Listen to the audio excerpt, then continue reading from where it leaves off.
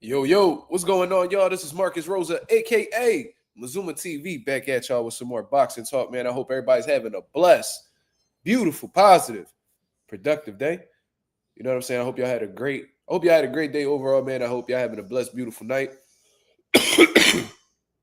My fault, y'all. I'm still battling this bullshit. Shout out to everybody that's in the building. If y'all can hit the like button as soon as y'all come in, that'd be very much appreciated. You feel what I'm saying? This was a live that I did not make an announcement for, so I'm not expecting everybody to just jump in right away. But like I said, let's get the algorithm on the up so the people know that Mazuma TV is live. So go ahead and hit the like button so we can pop up on the new subscribers, possible subscribers, home pages, all that good shit, man. We got some things that we currently need to discuss. I wasn't on live yesterday, so I do want to talk about David Benavidez and Morrell almost crashing out at the media workouts, man. Almost fucked that money up. We're going to talk about Tyson Fury versus Alexander Usyk and what I saw at the media workouts, and then we're going to get into some open boxing topics. You feel what I'm saying? Shout out to everybody that's in the building so far. We already getting a whole lot of comments in the building, and we just got in. My boy Slime with the first comment of the day. He said, "What's the word, Mark?" Shout out to the Mazuma Nation.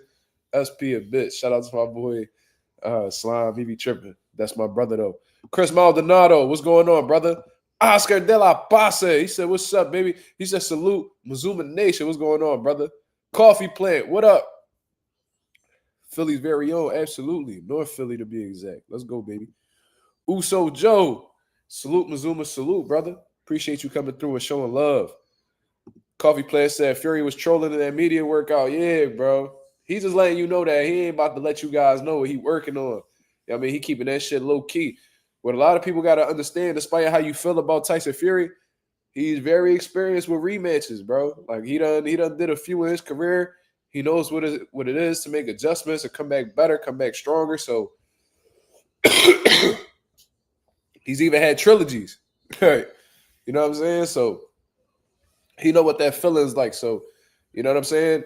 He know what are the things that you got to do in boxing. You got to keep that shit low key, especially when you in there with an intelligent fighter like Usyk who can pick up on certain things. You know what I'm saying? And be able to, tweak some things before you get into the fight. He don't want to get that man no type of clues, indications, hints, none of that. So, you know what I mean? Smart move by Usyk. Smart move by Tyson Fury, in my opinion. You feel what I'm saying?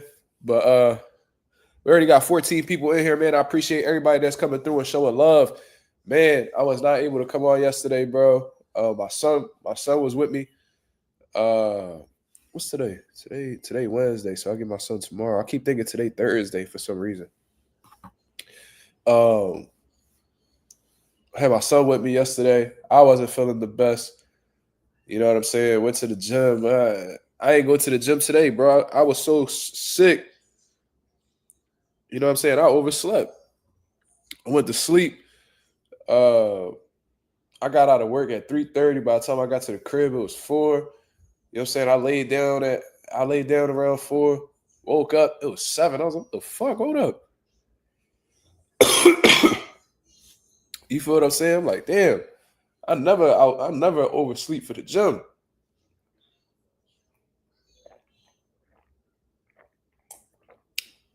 My cheeseburger cup, you feel what I'm saying? But so that let me know that's my body telling me like, yo, you gotta relax a little bit. You know what I'm saying? So it is what it is. We're gonna get into this boxing talk though. We got some things that we need to discuss. You know what I'm saying? This shit started to look like an afro low key. This shit started coming together.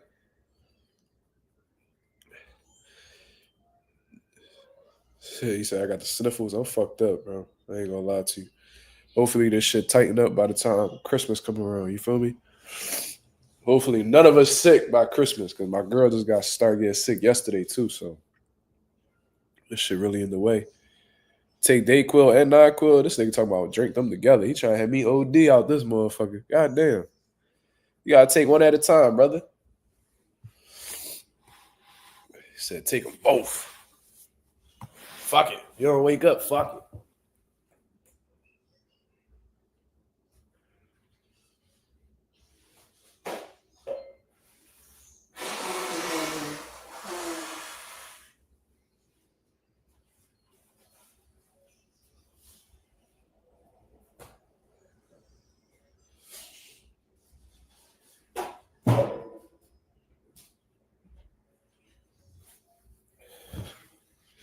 How y'all feeling though? He said what? He said busting out the 1942. Ain't you a boxer, Oscar?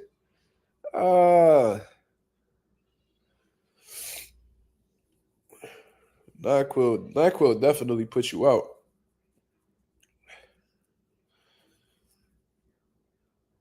NyQuil definitely put you out. The way Dayquil be having you cool for a couple hours, then you fucked up again. But NyQuil, that shit put you out. I need, as a matter of fact, my girl fuck with like them liquids, bro. Like she like to get hot water and then put the packet in there and then drink it while it's hot. I don't fuck with that shit, bro. Like teas and all that, I don't fuck with that. You know what I'm saying? But that's what she into. Jesus Christ. Yeah, that Theraflu shit. I bought her some last night. She be down on them Johns. I'm like, shit. Yeah, I don't fuck with. You ever taste Castro? Nah. What's that? I heard of Castro oil. The fuck is Castro? Let me see what you're talking about.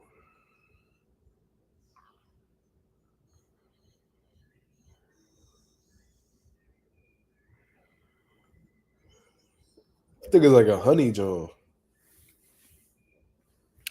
But anyways, like I said, I wanted to talk about this yesterday, but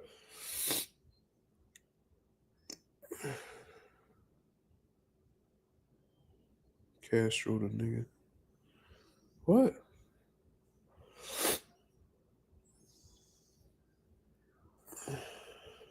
What?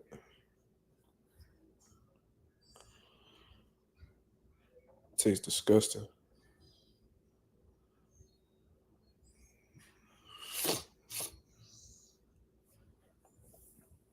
But anyways, I don't know what these niggas talking about. I'm lost. I'm a little bit slow right now. Yo, so what we talking about, man? We gonna talk about this Benavidez Morrell situation. We gonna talk about Fury Usyk.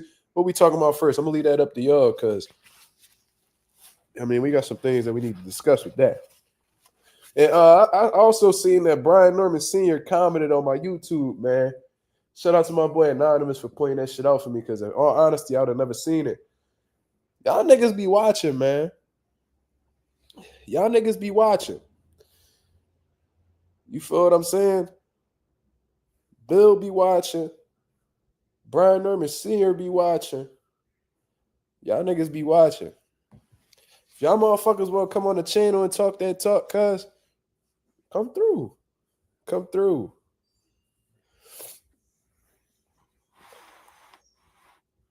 You know what I'm saying? Don't let the numbers fool you. These niggas be watching, cuz. Great Gambino, what up? Marky Dan, what up? Anyways, let's talk about Benavidez and Morrell, man. Let's talk about Benavidez and Morrell. First of all, I'm gonna just say this: don't ever in y'all fucking life. First of all, who's organizing these events? That's first of all. You feel what I'm saying? Who is like who's putting these events together? Because you know what I mean, we already seen the shitty press conferences with Tank and Lamont Roach and all that. You can tell there's very little money being put into these events and all that shit. These media workouts, bro. Who got this Hispanic woman narrating the media workouts? And why did the media workout turn into a press conference?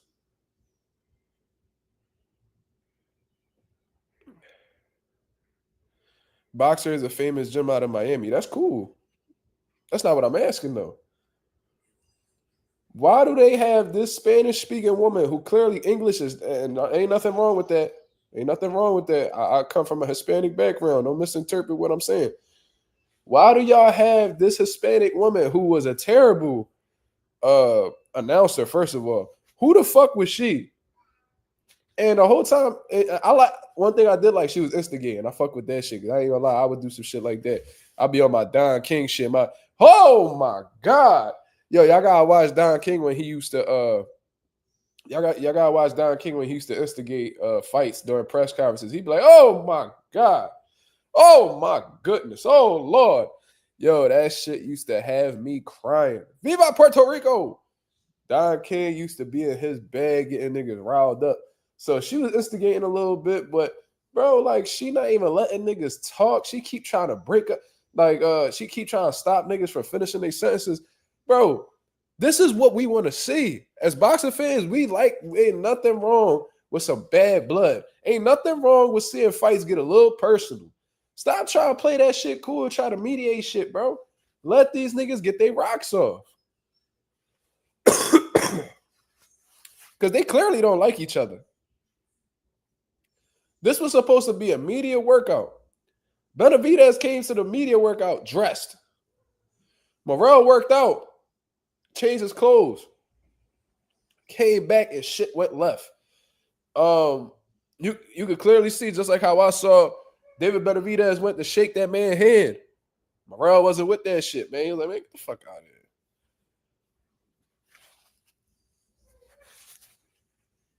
Get the fuck out of here, bro. We ain't cool. We ain't shaking hands. None of that. Benavidez felt the way about that shit, and I knew that shit was about to go left when he gave that man his belt. Because what other reason are you giving that man your belt for? If I was Morrell, I'd have dropped my belt and been ready for whatever. But I guess it was a good thing that he kept the belt. David Benavidez pushes Morrell. It was a nice little solid push. I ain't gonna lie to you. David Morrell reacts violently immediately. Throws that goddamn belt across the ring. Looked like it hit the white man behind David Benavidez. David Benavidez showed some motherfucking defense, though, got underneath that belt. You know what I'm saying? And one of David Benavidez's reactions was to take his motherfucking jewelry off. Like, hold up, motherfucker. Hold the fuck up. Nigga, he's about to take that gold off and really get with Morrell. You feel what I'm saying? So I thought that shit was a little funny, but what I found more entertaining than that, because after I was crying laughing for like 15 minutes because Morrell threw the belt. Like, this nigga don't care. This nigga, hold on.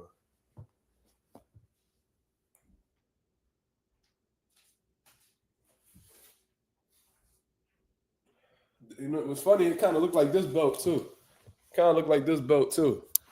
He was holding the belt. He was like, man, get the fuck out of here, nigga. I'm the champ, nigga. I'm about to beat your motherfucking ass, you fat motherfucker. Man, get the fuck, man, nigga. You know who the fuck you talking? Oh shit, nigga.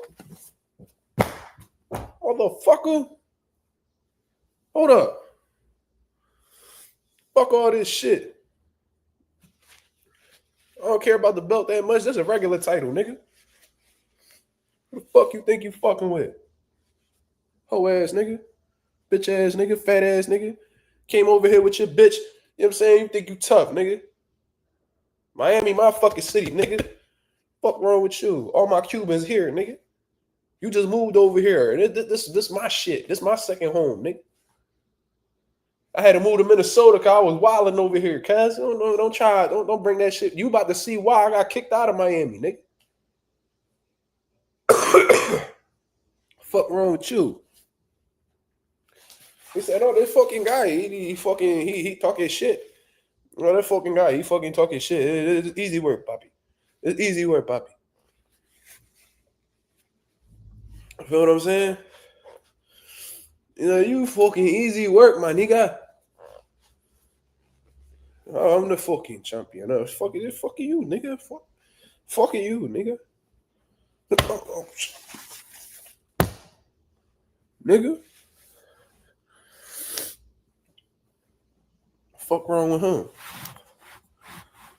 But that nigga know whatever I got on me, I will weaponize. The fuck wrong with you? That nigga got the temperature. He got the not the temperature. This nigga got the anger of a motherfucking Puerto Rican sister or mom. You feel shit? When I used to get my older sister mad, dog, whatever she had in her hand, she was launching that bitch. Sandal, heel, broom, Not Berlanga. Morrell on that same type shit, nigga. That nigga got a phone. He be right here. What you say, Poppy? And we'll throw that bitch like a motherfucking Naruto blade, nigga. Fuck wrong with you?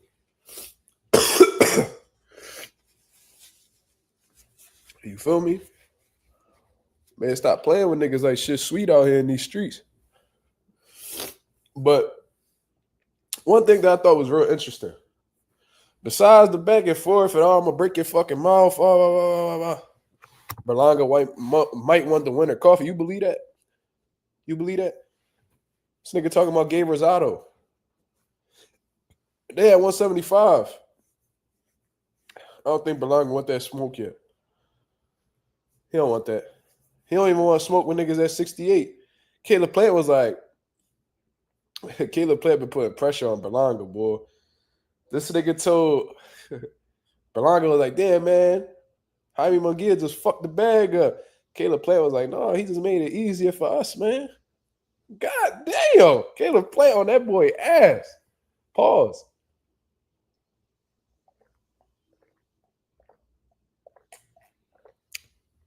That nigga want to fight.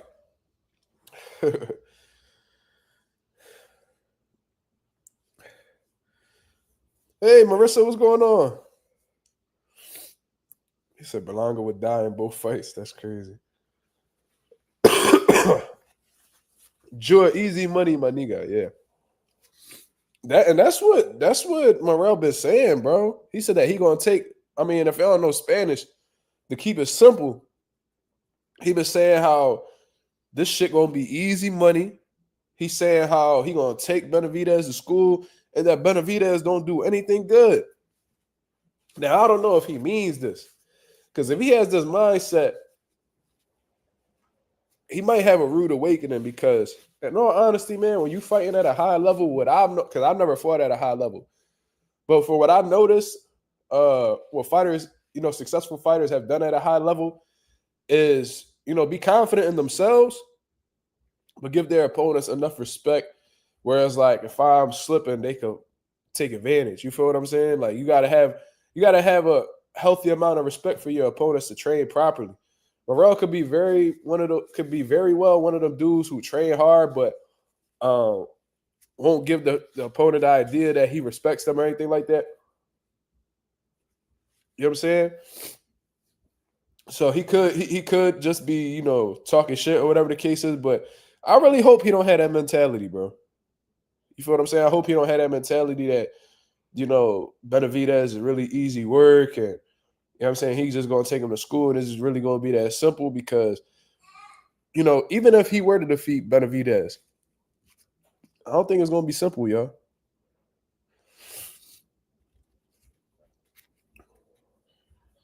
You feel what I'm saying? But what stood out to me more than anything was when they brought up VADA testing. Did y'all see that? Did y'all see that?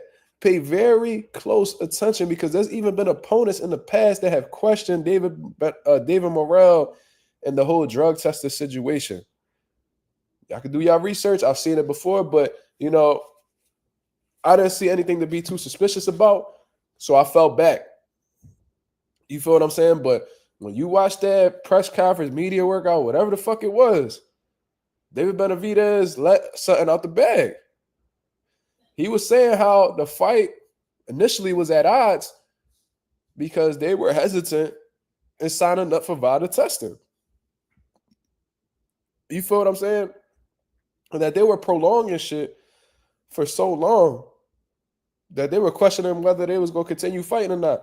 Benavidez was like, yo, if y'all don't sign up for this VADA testing, then, you know what I'm saying, it's a wrap. Like, we not fighting. Bro, Morrell's team went the fuck off. Went the fuck off, bro.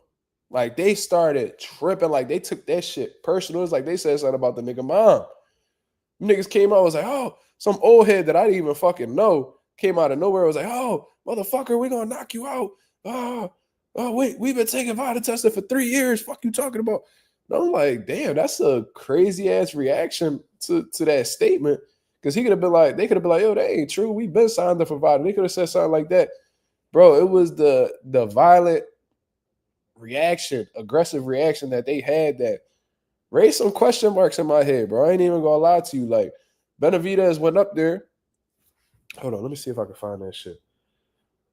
He went up there and said, "No, y'all, you want to talk shit? You want to talk shit, bro? Why they said that they was trying to postpone the drug test until next week and all this shit." You feel what I'm saying? Hold on.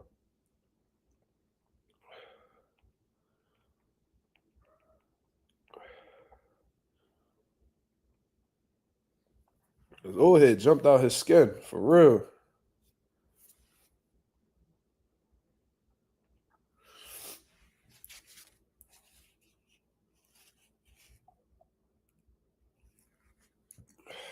Come on, man. But that host was extremely annoying, bro.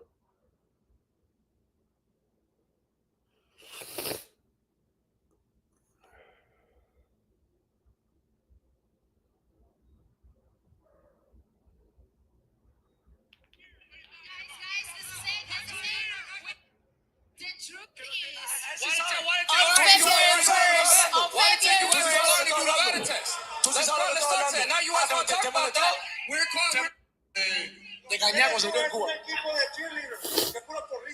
my God. Y tú tienes un equipo puro rojito. Well, guys.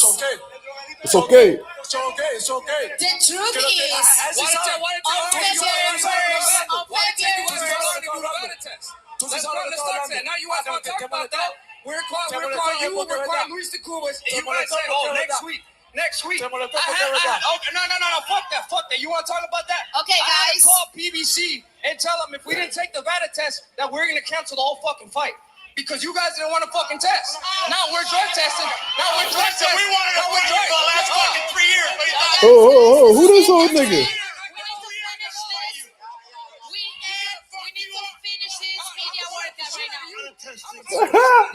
Benavidez said he gonna smack the shit out of old head. He said, "I'm gonna smack the shit out you." Hold up. Did you see the reaction though? Look at how they got all riled up off of that. The VADA test that we're gonna cancel the whole fucking fight because you guys didn't want to fucking test. Hear the uproar. We're drug testing. We wanted to fight for the last fucking 3 years.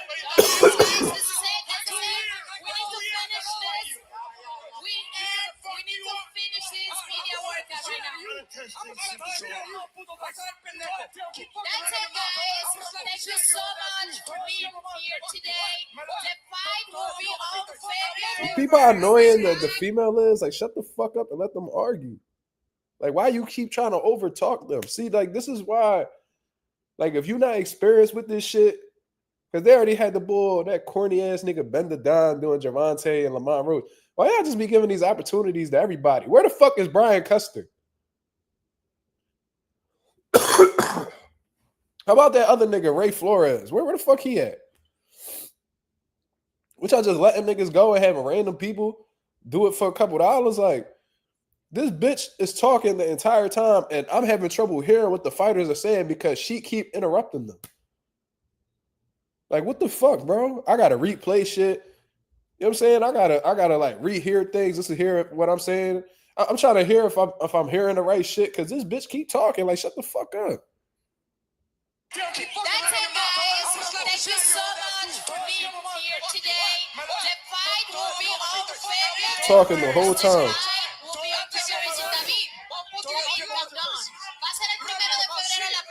Thank you so much, guys. David Benavidez y David Morrell. La pelea es el 1 de febrero del 2025. Talking the whole time. Talking the whole time, bro. Okay, this is the way we end this media workout. Very heated workout. Round 0 right here. Now they're gonna do the interviews one-on-ones. Yes. We're all see. Good luck, both of you, on February 1st. Still talking. Still talking. Into retirement. Fucking pussy. Fuck you. Thank you so much for joining this live stream. It was the media workout for the Benavidez Morrell. Next Saturday, February 1st. And we're going back. And we're going back. with David Benavidez, with El Monstruo.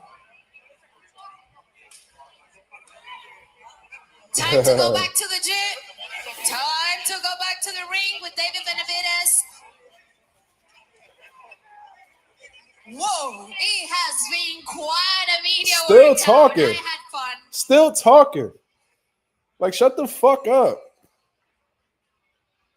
Still talking. Here we are.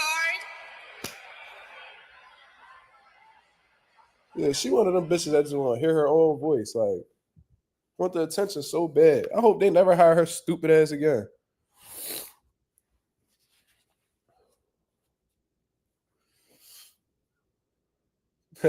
I forgot Slime got the same name as the other Ray Flores. That's fucking hilarious. Completely forgot about that. I remember finding that out. That was funny as shit. Shout out to the 20 people that's in the building, man. My boy Dangerous Desire Bully said Morrell is 130-2 in the amateurs. Dude ain't used to losing. If he can hurt Benavidez, he might be able to pull it off.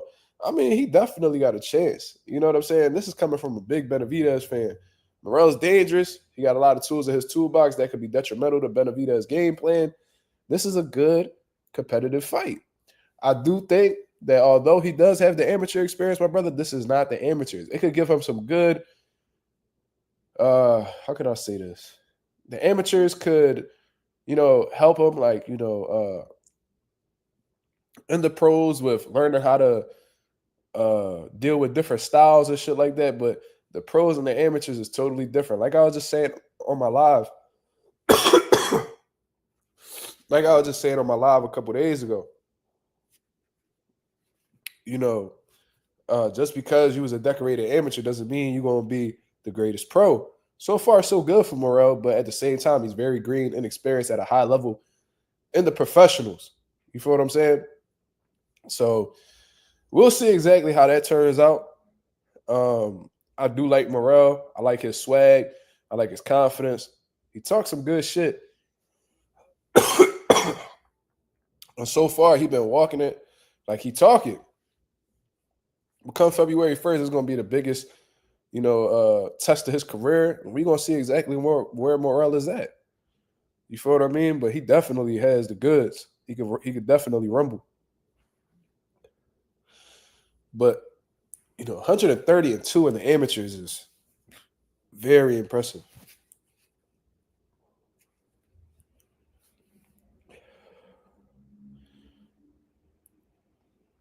Yo, Sean Terry just said some facts, bro. He said she like a school teacher that can't keep her mouth shut. Real shit, bro. I wouldn't be surprised if she came from an education background. Bro, them teachers was the fucking worst, bro. I had this white bitch that was my teacher in like 6th grade. Her name was like, I think she got married, so her name was like Miss Smolensky or like Miss Heideck or some shit like that. I think her name was Miss Heideck. Then when she got married, she changed her name to Mrs. Smolensky. I don't give a fuck. It ain't like she could do anything to me right now. But, bro, she just loved hearing herself talk. And when other people talk, bro, it could be just a little bit. It could be a quiet room with like just 2 people whispering. She be like, stop talking. Stop talking. Stop talking. Like, bitch, shut the fuck up. Like, like growing up, bro, that shit used to be so frustrating as a kid. Cause I'm like, bro, like this ain't the best educational environment. Like if kids can't interact with each other, cause when you kids and you talking back and forth, that's building your socializing skills and shit like that. Like that's part of learning as like a human being. So like if you just wanted to be a fucking library the whole time and nobody communicating, bro, you taking away from kids developing into, young adults. You feel what I'm saying? I do feel like there should be times where you should be able to talk. And I had that one teacher, bro. This bitch would talk for hours and hours and hours. And if anybody said anything while she was talking, she would snap out. Jesus Christ, bro. But yeah, man. Yo, when they brought up that motherfucking Vita testing, bro, them niggas start snapping out like, oh, we've been trying to fight you for 3 years. We've been trying to fight you for 3 years. That's not what he's talking about, though. Why are y'all not answering that question as to why they had to force the PBC hand for you to enroll in VADA testing. Because when they kept asking for VADA testing, y'all kept avoiding it.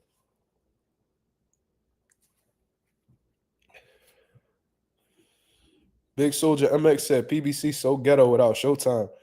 That's what it's looking like, bro. Jesus Christ, bro. This fucking cough is killing me.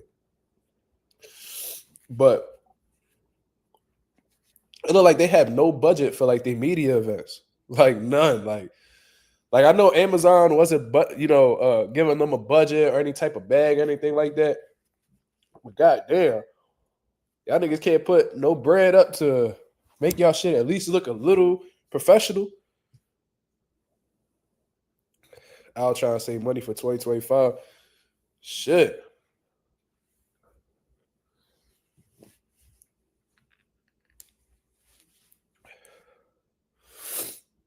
Shit, that nigga penny pinching like a motherfucker, bro.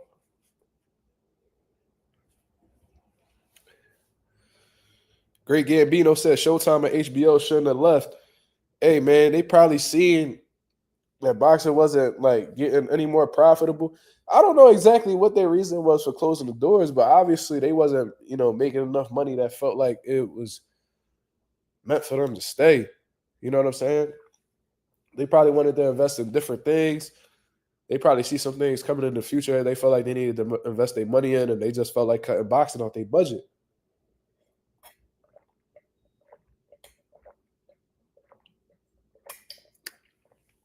HBO is my favorite, bro. The commentary was A1, like Max Kellerman, Jim Lampley. I didn't really like him like that, but he was a good commentator. Max Kellerman, knowledgeable dude, good commentator. Harold Letterman, solid with the scorecards, I guess. Larry Merchant, he was like he was. I don't know. I ain't like him at all, but I guess they needed him like for being like a heel, I guess. And then obviously you had like the commentators that will be there, temporarily, like George Foreman. I liked his commentary. Roy Jones, love his commentary. Who else they used to have?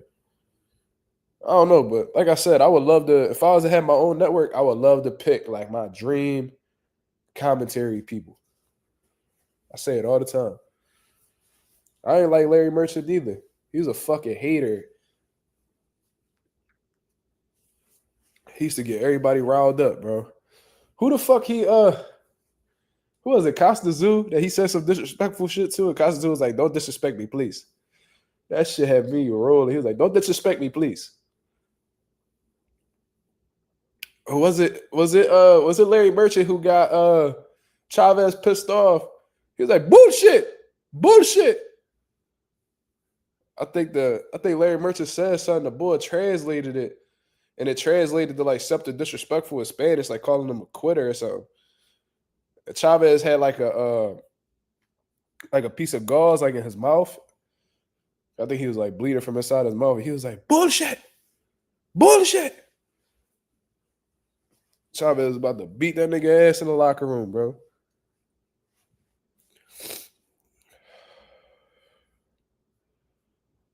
MX, I've been on that. He said fights got to happen. Let's boycott marinating fights. Bro, the best way to boycott marinating fights is to not give them your money. Bro, if they're not giving you what you want, you don't fucking pay for it. You feel what I'm saying? You feel what I mean? Like, we don't pay for it. And that's it. Don't pay for no tickets. Don't buy these fighters merch. Don't buy these subscriptions for these networks. Don't fucking pay for the pay-per-view. When they give us what we want, then that's where he's supposed to put your money up, because then that'll let them know, like, oh shit, when we give them what they want, they actually pay us. You feel what I'm saying?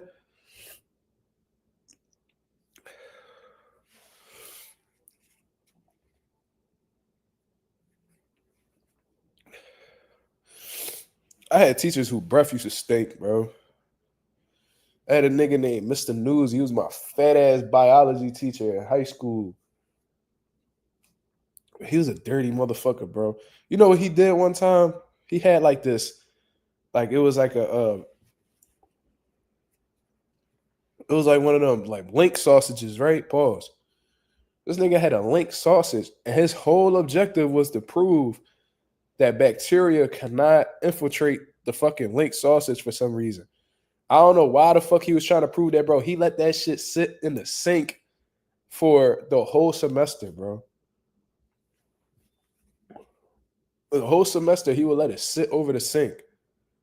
And then when we took our final and shit, this nigga ate the fucking link sausage in front of us. Like, what the fuck is you doing? Like, you that invested in the biology and bacteria and all that shit that you willing to do some shit like that? You let that shit sit on a sink for a month and a half and then you ate it? See? So what the fuck, nigga? No wonder why your breath stink, nigga. You over here trying to prove that bacteria can't be on this fucking sausage link whole time it's in your mouth, dickhead. Dirty ass nigga. Real life dirty ass nigga.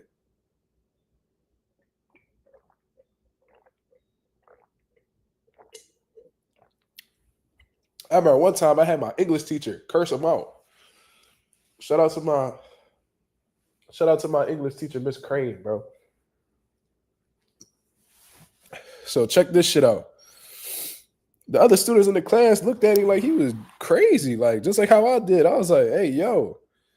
I was real mature for my age when I was like 17, 18. So I was like, I already knew that was some weird shit. I'm like, yo, who man's? Like, the fuck? I already knew he was a weirdo. I used to call him a square and all. But in English class, they teach you like methods on how to like take notes. You feel what I mean? Like abbreviating words and stuff like that. So you could be, more time efficient with taking notes. So this dickhead, right? Because the high school did us dirty. They had like state tests for us. They said the English and the math was mandatory to pass, but they were just experimenting with the biology, state test. So a lot of us was like, oh, it's optional. We just gonna bullshit on the biology one. So we bullshitted on that one, and all of a sudden they switched it up like, oh, this is actually gonna be a requirement that you pass the biology, test or whatever. So they put all of us in like remediation, like made us take biology all over again. So that's when we had that dickhead, and he was giving us notes, right? And I was abbreviating my notes and all that shit. Boom, boom, boom. And he was looking over my notes. He was like, oh, he said, why are you taking notes like this? I said, what you mean? These are my notes. He was like, yeah, but I want my students to take my notes word for word. I said, you skipped through the presentation, you skipped through the slides real fast, so it's gonna be really hard for us to take the notes word for word. He said, oh, well, you can stay after class and do that. I said, I'm not staying after class to do that. I got things to do. I got to go to work after school. Oh, well, this is more important than work. I said, I'm not gonna be late for work because you want me to. So we having a back and forth, and he ended up like trying to give me a detention for it. So I was mad as shit, bro. I came into school the next day and I told my English teacher. She was like, what? So he has a problem with you abbreviating your notes when it's your notes. It's not for him to read. It's for you. It's for you to read. She's like, watch this. She didn't say watch this. She was like, okay, what? She was like, okay, cool. She was like, well, I think she said something along those lines. So that she called him. She on the phone with him. She take the phone to the hallway with her. That's how I know she was going on. She didn't want the students to hear it. Then she came back, hung the phone up. She said, you won't have problems with him anymore. I was like, damn. Yeah, I got back into class, and he looked at me like I was a rat. He was like, oh, I see you talked to Miss Crane about the notes. I was like, yeah, I did. And he was like, okay. He said, okay, no problem. Never said shit about my notes again, bro. Or nobody else's notes. Faggot ass nigga. Couldn't stand his ass.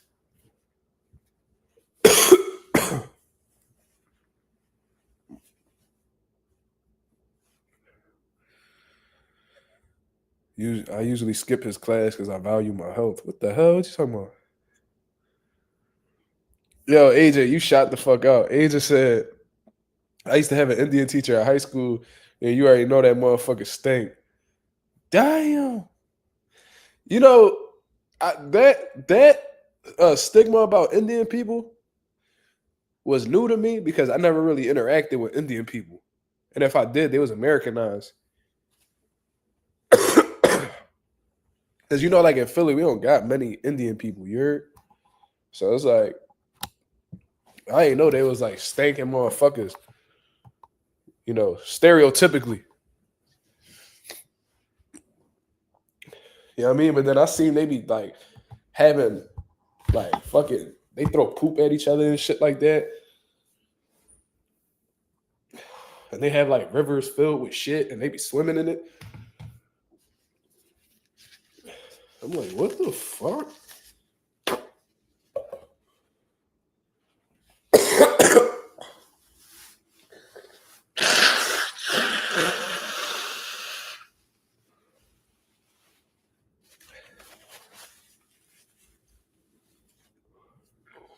Whew. Anyways, so spoke about Benavidez, Morrell. We just gonna have to wait to see what happens. Since the fight is in February, I do want to see like them do a couple more like press conferences, or at least like Zoom calls, talking to each other. We gotta keep building this shit up, man. If y'all headlining the pay-per-view, man, y'all gotta keep talking shit to each other. Keep building that shit up. You know what I mean? Try to get the mainstream attention by any means necessary. So that fight is a bang on the low, and I just hope that shit gets the attention it needs to really do some numbers, you heard? So that's going to be a good job. I don't got no boogies on my mustache. Fuck you. Indian's worst nightmare is Dove soap. That's crazy.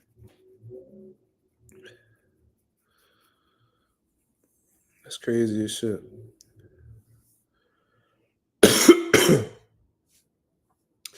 But Tyson Fury and Alexander Usyk, man. Let's look into these videos. You know, Alexander Usyk ain't been saying too much. You know, it seemed like he enjoying the moment. He looked locked in. He looked ready to go. You feel what I'm saying? Seen that boy Alexander Usyk dancing, showcasing some speed, looking sharp. You know what I mean? But most important is he looked like he in good spirits. You know what I'm saying? So that's a good sign on Usyk's part. You know, Tyson Fury also, you know what I mean? He looked like he locked in. He looked like he ready to go. He not giving nobody no type of indications or ideas or hints as to what his game plan is going to be against, you know, Alexander Usyk. But, you know, based off of how the way he's moving, he going to bring out the Usyk that fought Deontay Wilder in the third fight. You feel what I'm saying? This is going to be, he putting on that weight. He said that he going to be 294 pounds. He said 21 stone. So,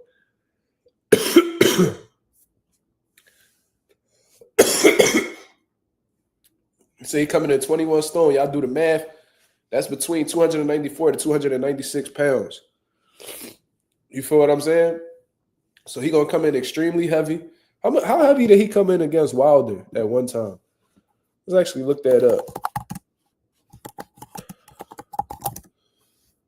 A lot of people think that's going to take away from him, but let's see. So he was 262 against Alexander Usyk in the last fight, 277 against Ngannou, 268, 264. So the heaviest he was with Deontay Wilder was 277.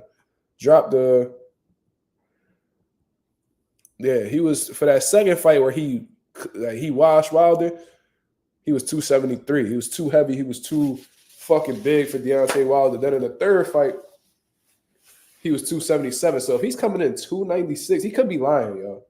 You know, Fury be lying and shit like that to fuck with people's heads. But if he's coming in 296 and he's in shape at 296, 294,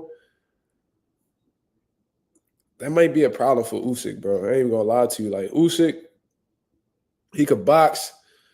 You know, he puts his combinations together real well. He could definitely accumulate some punishment on Tyson Fury and keep turning him, box him, showcase his legs. Because he didn't really do that much in the first fight. But if he needs to, he could use his legs and stuff like that. But how is Usyk gonna be able to deal with, Tyson Fury attempting to maul him, leaning on him, putting elbows in his face, not letting him breathe, not giving him a moment to, use his brain and box. He might put Usyk in a situation where he might have to fight Fury off of him.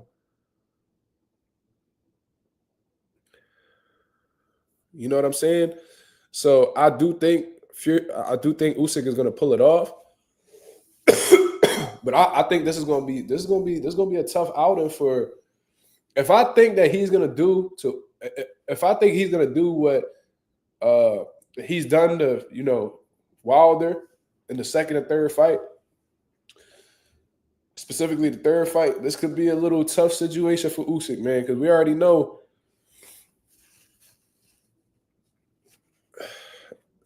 Anonymous said, bro, if he's 296, he's not going to be in shape. Ain't no way Fury moving around the ring like that. Okay.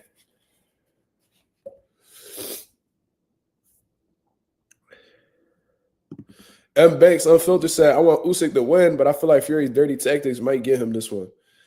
Trying to tell you, bro, look, I got Usyk winning. I think he's going to pull it off. I think he's going to win the rematch against Tyson Fury. That's just what I believe. Because 296 may be a little bit too much for Tyson Fury to handle throughout the course of 12 rounds.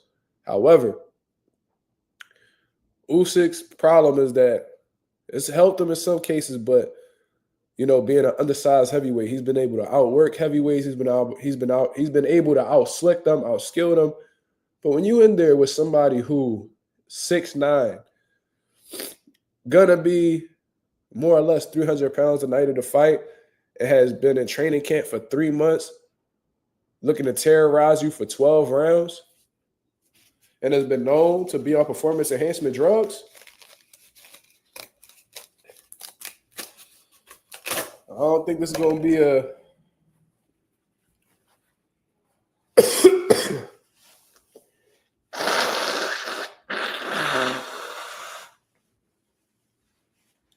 my fault, y'all. Not trying to gross y'all out. He said Tyson Fury by glove manipulation. Damn. He a dirty motherfucker, bro. He's a dirty motherfucker, bro. Tyson Fury don't got no problem. When shit hit the fan, he ain't got no problem being dirty. He has no problem with doing whatever it takes to win. Look what he did against Steve Cunningham. Steve Cunningham was warming his ass up, boxing him. Usyk is levels above Steve Cunningham. No disrespect. That's just my opinion. And I think a lot of y'all can agree with that. But when he was in there with a natural cruiserweight and Steve Cunningham was having a lot of success against him, what did Tyson Fury do? Made that shit a dirty fight. Ended up drowning. I'm just telling y'all what Tyson Fury might have in his mind and how he may possibly approach this fight. You feel what I'm saying? Now, is Tyson Fury going to be in shape at 296 pounds? Might be a little bit too much for him, because if that's the case, based off of what I've seen on BoxRec, it seems like his career high weight was 277. Yep, 277. He was that weight against Ngannou. It was that weight against Deontay Wilder in the third fight. Let's keep looking.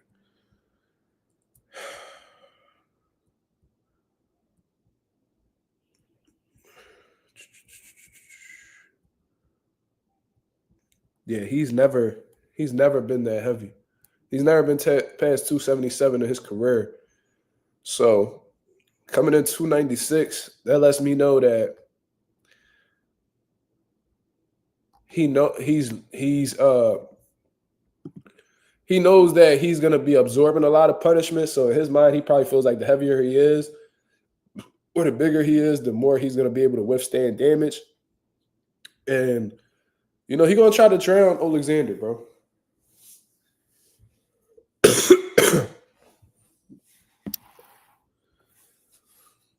He said, Cunningham said he went straight back alley on me. That's a fact. He turned that shit into a street fight. And I guess it worked out for him. If Tyson Fury got he got dimensions to his game, y'all. If he could pepper you with a jab and feint you to death and, keep you at the end of his punches and make it boring, he'll do it.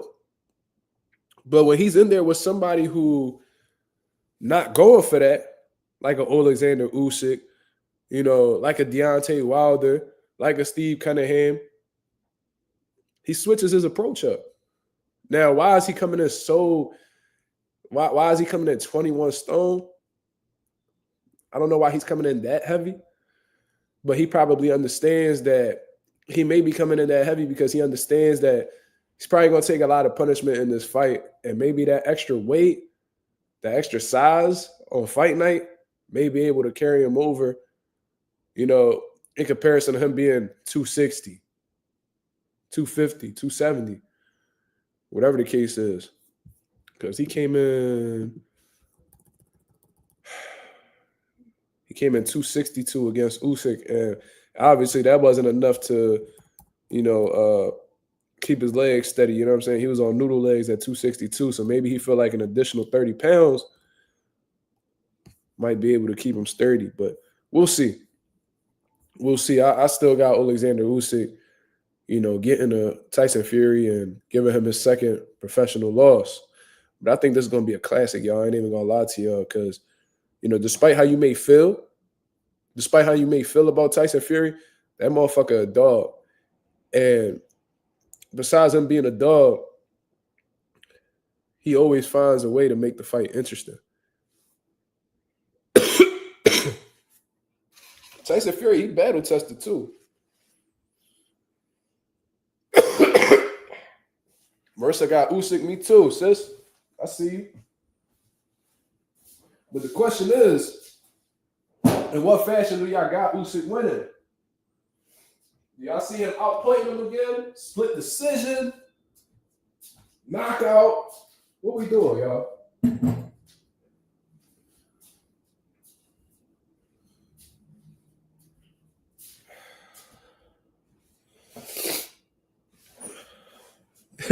Anonymous, man. Listen, he want Fury out the frame, cuz. You need him to fuck up out of here. I ain't mad at it.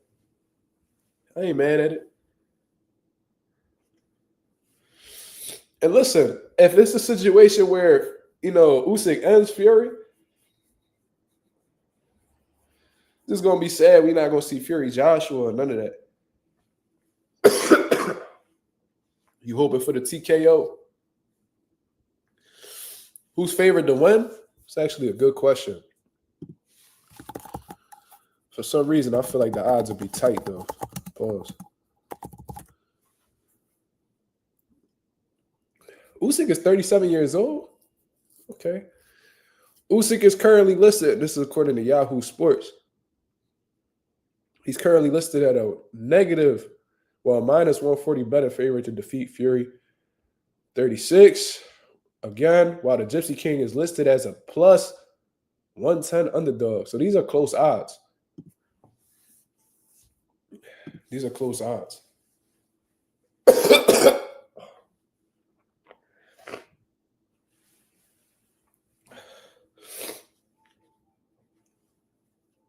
Anonymous said Fury is physically older than Usyk, though. That's a fact.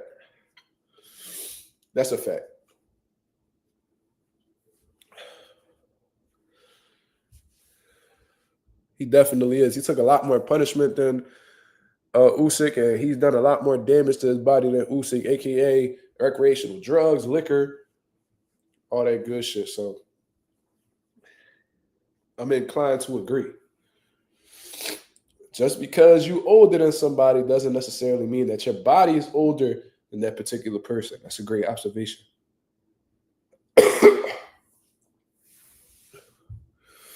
That's one of Mayweather's cliches, man. The less you get hit, the longer you last in the sport.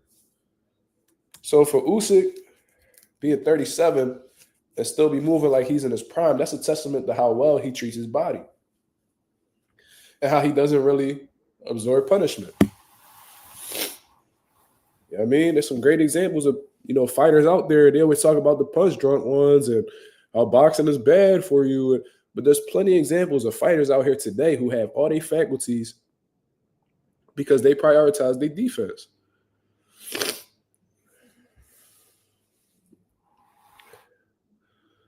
know what I'm saying? Like, look at Andre Ward. Looked like he never boxed a day in his life if you ain't know who he was. Bernard Hopkins talks well. George Foreman talks well. Lennox Lewis looked like he never boxed a day in his life if you ain't know who he was.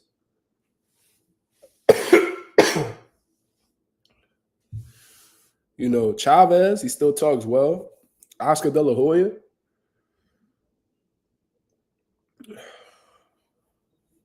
Sugar Ray Leonard.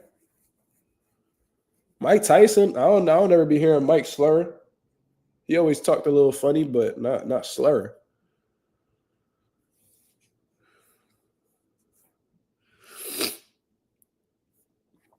The Stranger, he says, how Usyk wins depends on the ref. Ref saved Fury from a TKO last time, in my opinion. I agree with you 1,000%. That should have been a stoppage. Fury going around talking about, oh, you hit me with 10 clean punches and you still couldn't put me down. Dog, you was on Queer Street, my nigga. You ain't know where the fuck you was. Any other ref, like if this was a fight in a local club in Philadelphia, they would have stopped the fight. Damn, Slime. You disrespectful. James Toney, bro. You said he talked well. Wow. You will go real far to try to get a laugh, bro. That's crazy. I ain't laughing at that one though. James Toney, one of the GOATs. Wilder stopped Fury in the first fight. I agree, bro. Bro, that should have been a few times where Fury could have gotten stopped. The first Wilder fight. That knockdown was so brutal.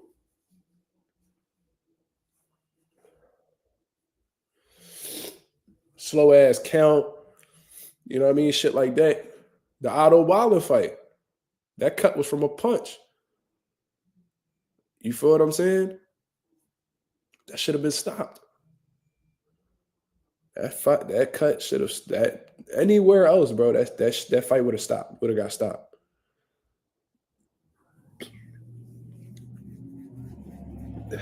It's like Fury has been so lucky to get the benefit of the doubt from the officials and the referee.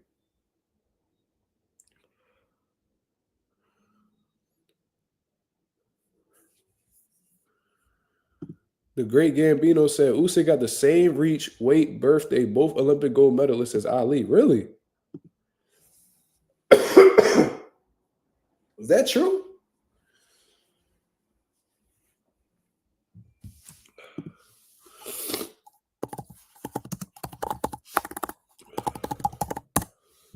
January 17th? Oh, okay, so he a Capricorn just like me, right? Was that an Aquarius? There's some great fighters that's Capricorns, bro.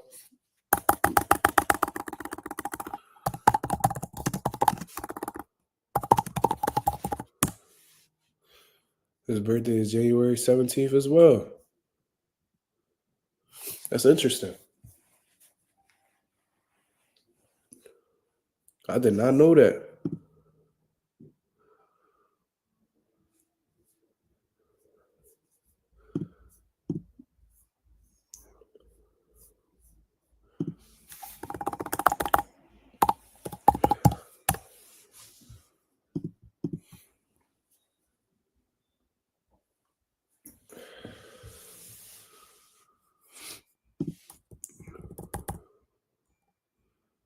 .78-inch reach.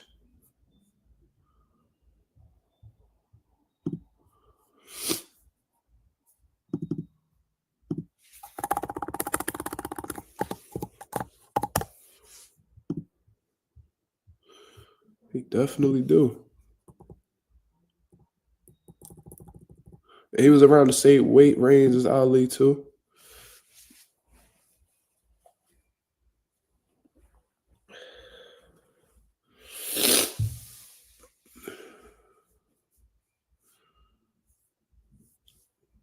If Fury wasn't white, they stopping at Otto Wallen, John. Ooh-wee. Dangerous Desires Bullies.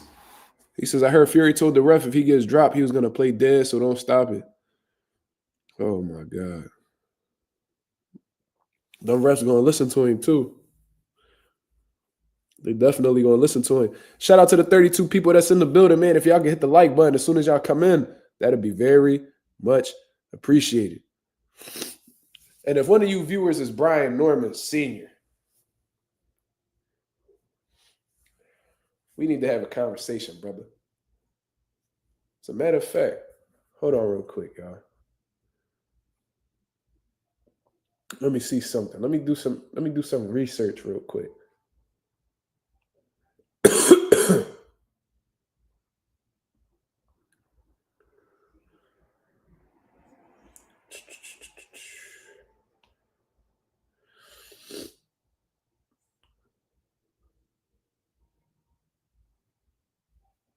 Give me 1 second.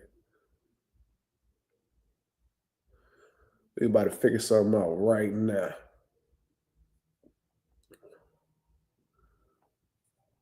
We're going to figure something out right now.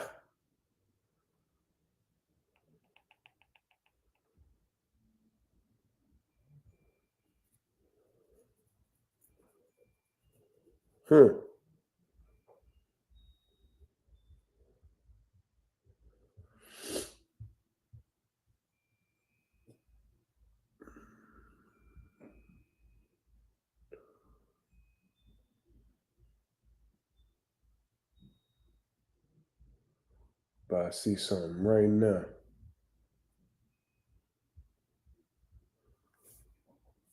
The number you dialed has been changed. Disconnected. Oh, all right. We're going to find your ass, nigga.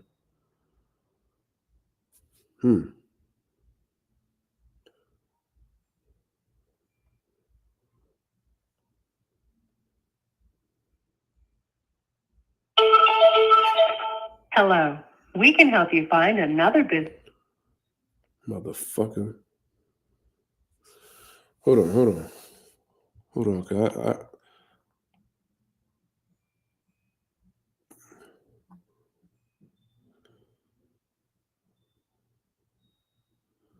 we're going to figure something out.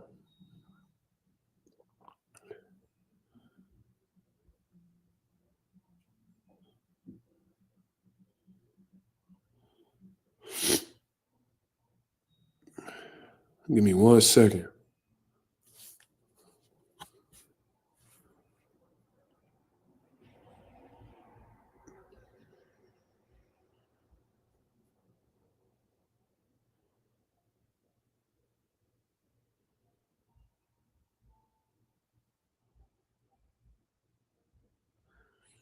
Trying to find that nigga Brian Norman Sr. number.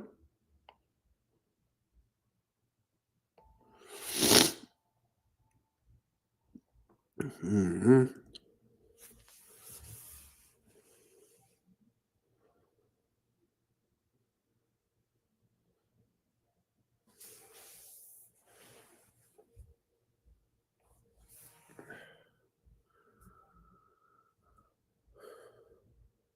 Ooh-wee.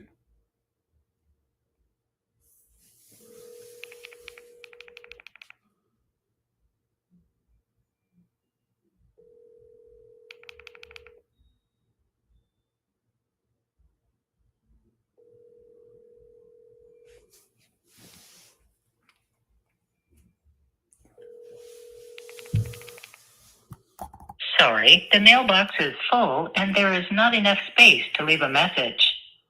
Motherfucker. Y'all niggas be ducking Mark, boy.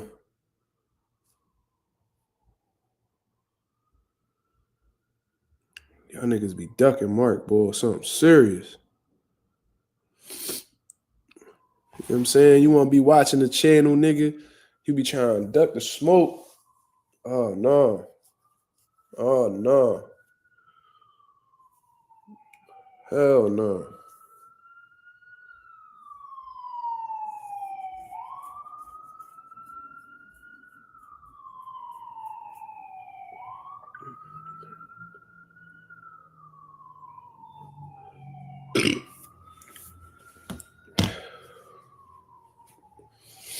Anyways, shout out to everybody that's in the building.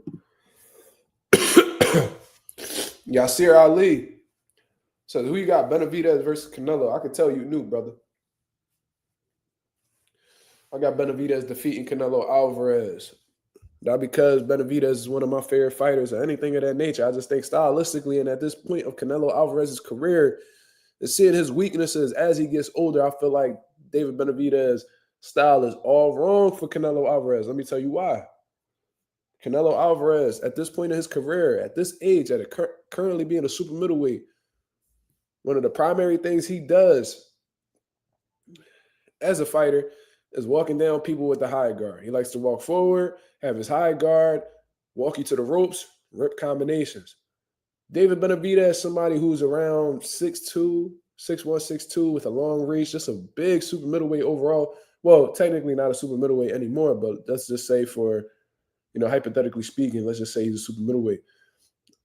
David Benavidez has an underrated jab, which Canelo Alvarez has had problems with, throughout the entire course of his career. Canelo Alvarez does not have the best conditioning. He does not have the best conditioning, people, especially at 168 pounds, which is why he likes to preserve his, volume puncher for the later rounds. I feel like David Benavidez will exploit that. I think he'll out-hustle Canelo Alvarez. And one of the things that I'll say about David Benavidez that, a lot of people have trouble with Canelo is that he's not scared of Canelo.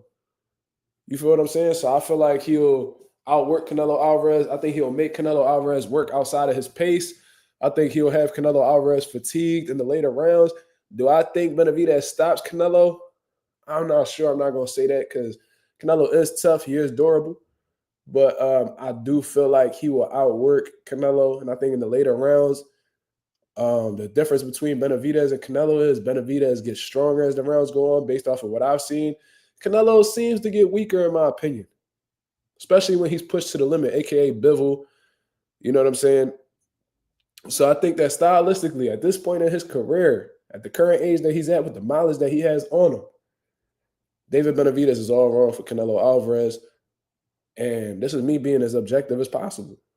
I do think earlier on it would have been a more competitive fight, like around the time Canelo fought Caleb Plant and, shit like that, like Billy Joe Saunders. That would have been a more competitive John. But Canelo has slowed down significantly since then, in my opinion.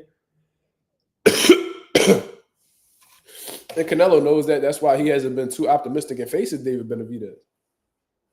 That's why he went around David Benavidez to fight guys like Jaime Munguia and Edgar Berlanga. That's why he asking for $200 million. Because he understands that that's a fight that he's definitely going to shed blood in. And at this point in his career, that's not what he's really looking for. Canelo, he feels like he's proved enough. I disagree with that. I feel like as long as you're competing at an elite level, you should be facing elite level opposition.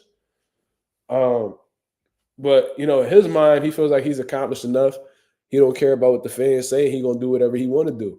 Take the easiest fights for the biggest amount of money possible. And as long as these networks are giving it to him, a.k.a. PBC, he's going to continue to do so.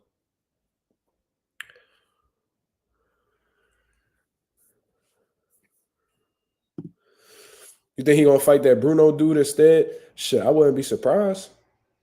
Like, I would not be surprised.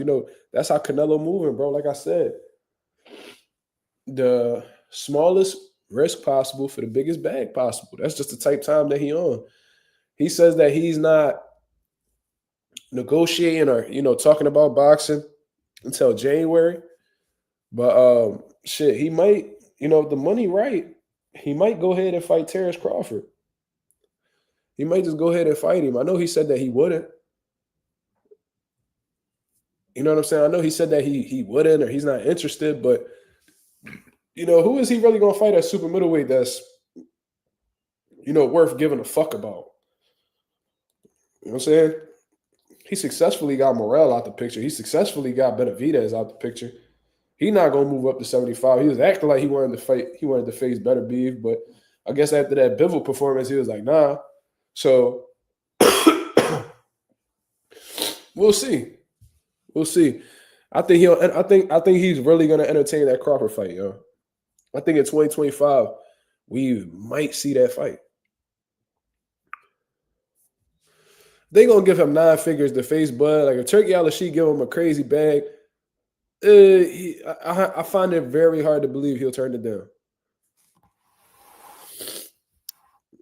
But guy says Canelo versus Mbili. You know, I'm gonna find we gonna find out how to pronounce your name, cuz.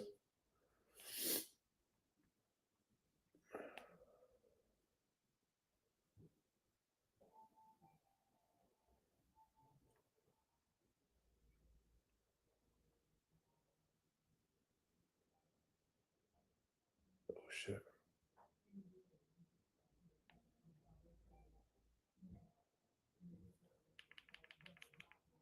Pegai. Pegai. Pegai Petite. Pegai. Anyways, Canelo versus Mbili. I mean, I guess. But I don't know. I feel the same way about Mbili like I felt about Berlanga and fucking Jaime Munguia. It's like, all right, like you cool, like you a name at super middleweight, like you getting some recognition, you got some clout, but it's like who you fought to get that opportunity.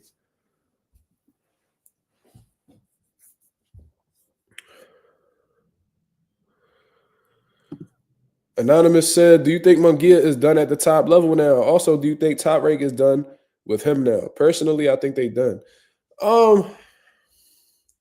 Well, unfortunately, I mean, unless they just flat out release him, a contract is a contract. So I don't know exactly what the stipulations were on their contract or what time they have left. But let's say they're gonna follow through with their contract and not release him. They still gonna have to do what they have to do for however many fights or years is left on their contract, right? So unless they release him, I feel like they don't really have any choice but to, continue working with him. Now, in terms of him being done at a top level, it all depends on what his mentality is coming back because I feel like Munguia is one of them dudes who, take pride in their ability to be tough, be resilient, take a shot. For him to get upset like that against a guy with a low knockout ratio in his hometown that was supposed to low-key be a cherry pick, I know that's something that could really fuck with you mentally. I feel like that's something that could be very challenging for the mind to, take in, you know what I'm saying, deal with and stuff like that. So it all depends on how strong he is up here. If he's able to learn from that experience and continue moving on, he probably can bounce back, at the top of the weight class and get some big fights popping. But if he lets this overcome him, if he lets this destroy him, then we could kiss Jaime Munguia goodbye, fighting at the high level at super middleweight, because if he's not able to overcome this and now he becomes, cautious and stuff like that, he's going to be looked at as food amongst the super middleweight division. They was already looking at him like he was food because, his lack of defense and things of that nature. But now, with them being able to see that he can actually be sparked, they see that there's actually, his chin can get rocked. He's even looked at as more of a big target. So hopefully, Jaime Munguia, is able to bounce back from this situation. Like I said, I can't definitively answer this. It all depends on how solid he is up here, bro. You feel what I'm saying?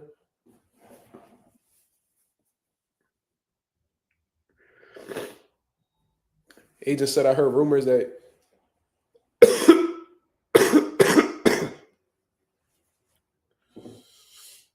you heard rumors that he's having a rematch with Bruno. We'll see. We'll see. If he just tighten up on his defense, he could beat Bruno. Besides him sparking him, I ain't really see anything, too concerning about him. About Bruno that I felt like he was unbeatable.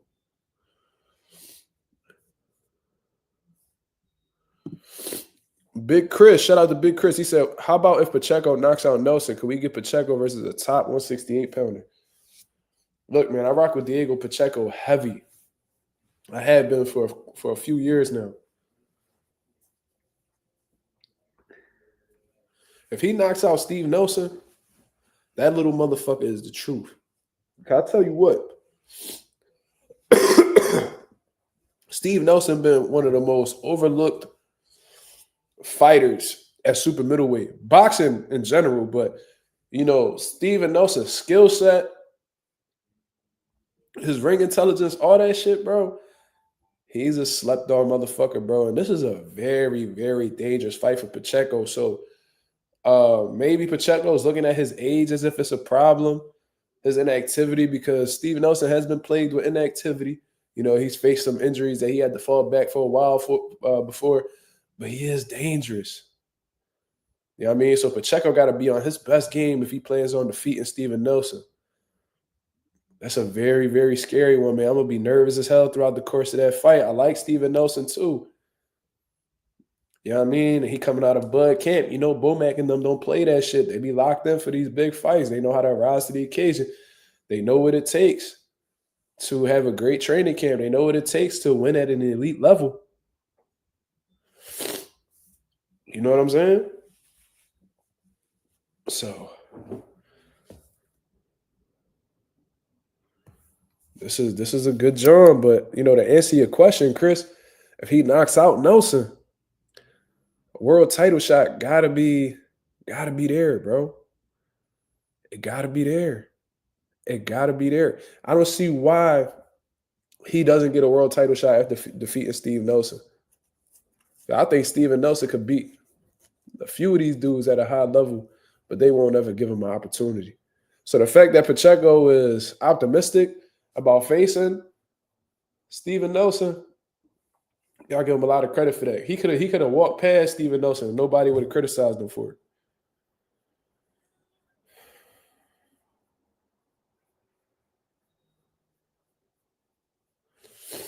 McGill was winning until he got dropped.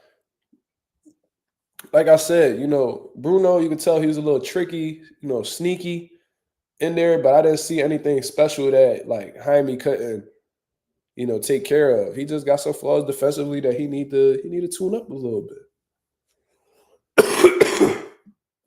He tightened up his defense. He could get that. He could get that back. Jai Opatai, I think he the goods, bro. We just got to see him in there with somebody, we got to see him in there with higher level opposition, man. That's all.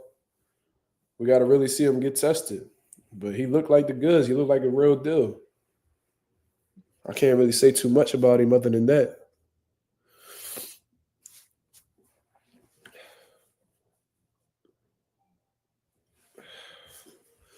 Shout out to my boy Coffee Playing. He said, what you think of Bomac on the boxing voice that when Kia Tank fight is going to look like Spence versus Bud?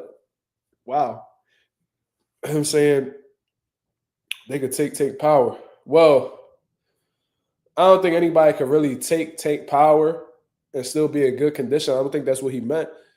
I think what he meant to say was that he knows how to take away Tank's power. He knows how to neutralize it. He knows how to take it away so it won't be a factor in the fight. And, like I said, Bomac is a highly experienced coach, and he knows what it takes at a high level to, neutralize elite level guys. You know what I'm saying? Like, we seen the game plan that Bomac and Bud had to neutralize a pound-for-pound fighter at the time, Earl Spence. You feel what I'm saying? So that's just a coach believing in his abilities. That's just sound like a coach believing in his fighter. And if he's saying that he think, Key can make easy work out of Tank, that's essentially what he's saying. What he's saying is Key could make Tank look like easy work, like how Bud made Earl look like easy work. You feel what I'm saying? That's a hell of a statement. But I remember we looked at Bomac like he was crazy when he said Bud was going to dominate Earl. I remember that. I remember a few interviews he did. He said, bro, this shit going to look so easy. And everybody was like, man, Bomac crazy. Everybody thought Bomac was crazy till the shit happened. So we can't sleep on Bomac. We can't sleep on his boxing mind. Very, very intelligent coach, high-level coach, been doing it for a long time. And that's his opinion. Now, it's up to Tank to know whether they want to challenge that and prove him wrong. But until then, that's his opinion. And, if that's what he believes, then, you know what I'm saying, it is what it is. Who you think Tank's that? Key or Tank? I mean, at this point in time, I do think Tank is more experienced, like with them high level fights. Key, he's having his first big fight coming up against Dennis Berinchyk. So, we got to see how Key operates when he's in there with another champion. You know what I'm saying? Because as far as I'm concerned, besides Jose Pedraza, I don't know if Keyshawn has ever been in there with, a championship level or a former championship level fighter. You know what I'm saying? I think Keyshawn could pull it off against Dennis Berinchyk. I do think that his momentum's at an all-time high. His confidence is at an all-time high. And he's been looking, especially since he put the motherfucking weed down, he's been looking like a better fighter, in my opinion. So we'll see. You know what I'm saying? I do have him becoming the new world champion at lightweight. But, Tank brings a whole different type of tools to the table. And Keyshawn would have to box a nearly perfect fight against Gervonta so he won't get caught. Because, Bomac, he's looking at Tank like a basic fighter with no punching power, right? He's looking at him like a basic boxer with punching power. I hope I didn't say no punching power. That's my fault if I said that. He's looking at Tank like a basic boxer with punching power. I disagree with that. Tank has shown you that he could box going backwards. He's shown that he could box really well. He could turn fighters. You could tell that he's a smooth operator in there. Like, he's thinking in there. We've seen him with Usyk Cruz. We've seen him with Rolly Romero. Like, we've seen him be able to box, set punches up, and, get guys up out of there in different fashions. We've seen him walk people down, knock people out. We've seen him go on the back foot, knock people out. So I think it takes a certain type of intelligence to be able to do both of those things, because there's not many fighters that are that versatile. I don't look at Tank as a basic boxer. I think it's going to be a little bit more difficult than Bomac says. But like I said, he's proven me wrong before. He's seen some shit that I didn't see before. So we'll see. Yeah, Tank, I don't think he only power neither. He got some intelligence about him. Shakur didn't even said it himself. And Shakur is a high-level boxer. He said it was like he was playing chess in there with Tank. So, think about it logically. If Shakur is out here saying that him and Tank was like a high-level chess match, that lets you know that Tank has some type of thinking ability in the ring.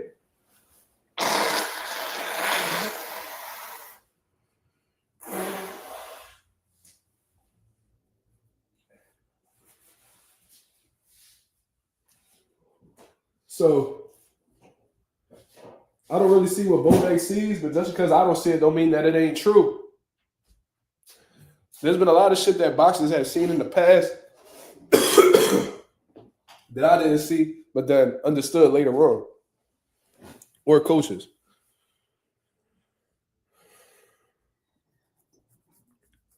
But let's say Keyshawn stops Berinchyk. Like, let's say like he just smoking.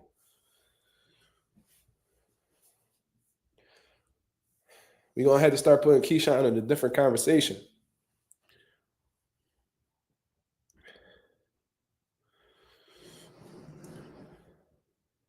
Anonymous said, I like Bomac, but nah, Key ain't beating Tank. I don't think so either. Not now. But MX makes a great point. He said, time ticking for Tank.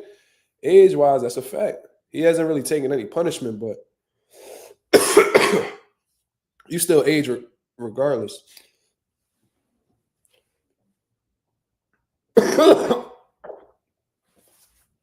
Jesus Christ.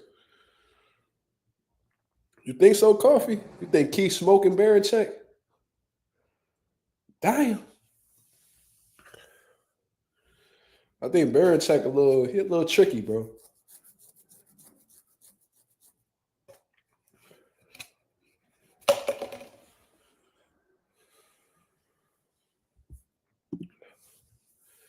Sean Terrence says, what's your thoughts on some boxing fans saying Boots has no ring IQ? Sean, are you trolling me? I don't have any thoughts on that.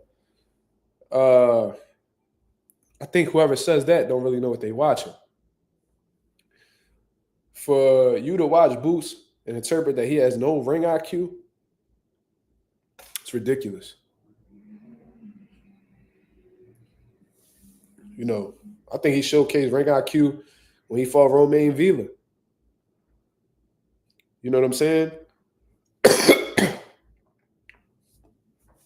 But, you know, it is what it is. People entitled to what they want to believe in. I just hope that, you know, they give him his credit when he started really doing damage to people's favorite fighters. That's all. He said Boots already a legend. I think he got a little bit more to prove, but in Philly, he definitely a legend. Give me 1 second, y'all.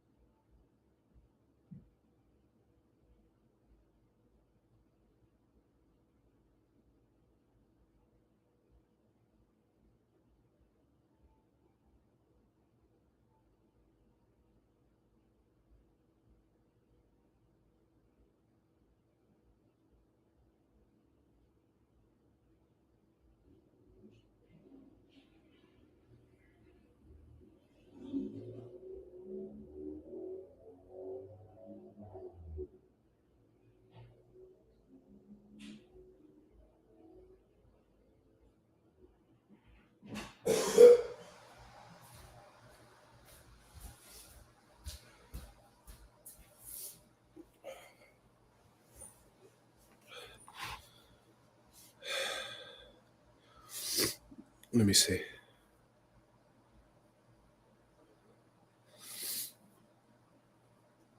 Wait, what we talking about? Sound getting jumped by the Normans? Yeah, all right. Be some dead motherfuckers they come in here. Said Boots is just athleticism. Ridiculous.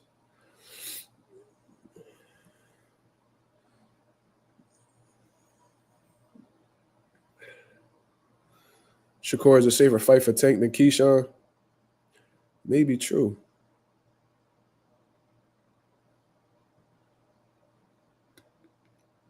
Yo, Anonymous, you been peeping that? He talking like that Boots T.O. John competitive.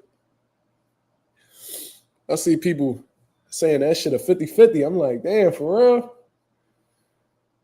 It's crazy how fast niggas switch up, bro. Shit crazy. But when he beat the shit out of T.O., man, bro, niggas gonna look at Boots like he like something wrong with him. I'm like, damn, why you do that to T.O.? Like, what the fuck?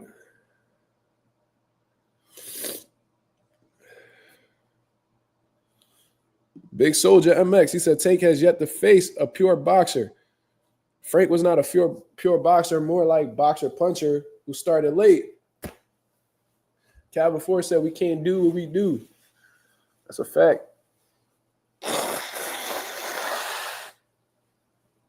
You aware of what's going on, MX?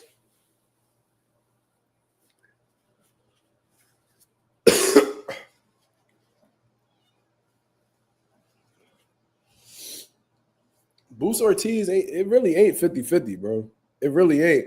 A lot of niggas, the only reason why niggas saying that is because Boots decided to try to unify the division instead of moving up. So because of that, they try to play it like Virgil, like some type of favor or some shit. It's ridiculous, bro.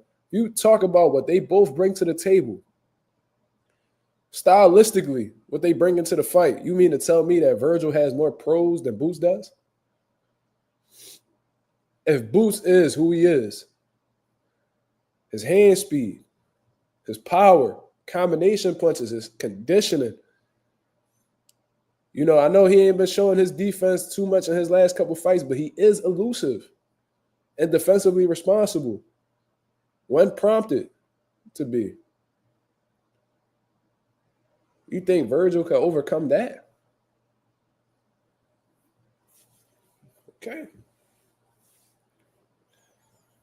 Okay. That's when people going to realize power ain't everything. There's been several examples that have shown you that power is not everything in boxing, but you know, even then, Boots is a power puncher in his own right. I never heard nobody who's ever sparred Boots talk about, or even fought Boots. I know niggas that fought Boots in the pros say that he got pillows. Never heard that in my life. He outboxes the shit out of Virgil, bro. He all athleticism. All right, so when he outboxed Virgil, let's see what y'all say. I know niggas that's hella athletic, but don't got the tools that Boots got. The precision. Athleticism can't teach you precision. It can't teach you to have a fucking good jab. It can't teach you how to punch in both positions. None of that.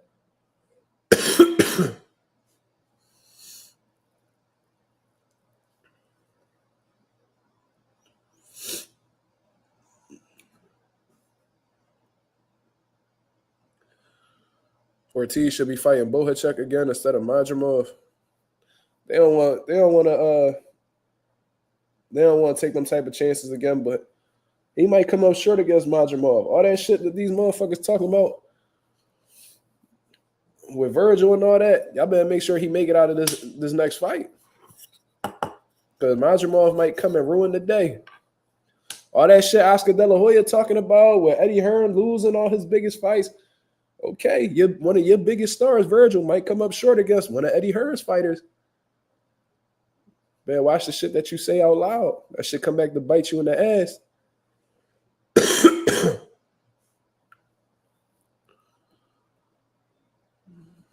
Fuck no. Frank Martin, from a skill set standpoint, he's nothing like Boots. Ortiz need to fight Conwell. He looking at Conwell like, you know, like a little fish right now. He the WBC interim champion. He want the big fish. Conwell gonna have to bring something to the table. I'm just saying, not, you know, I ain't justifying it, but just knowing how the way Virgil and his team move, he gonna have to bring something to the table, because they, just like how they sent Boots that offer, they could have sent it to Conwell. Why didn't they? It's for obvious reasons, people.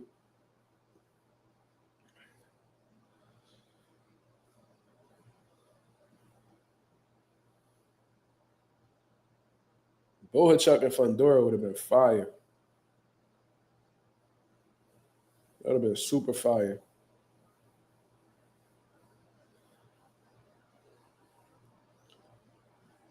That's an exciting ass fight right there.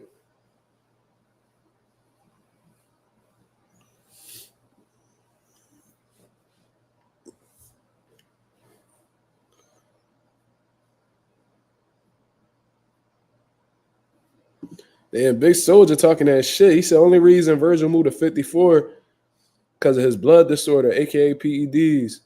Dude would still be at 147. I'm telling y'all, shit. They said like he had something going on where like his kidneys was fucking up.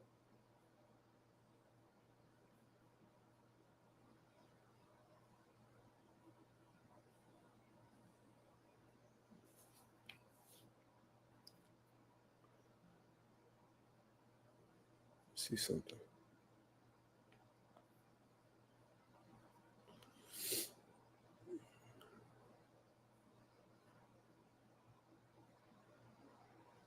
fuck?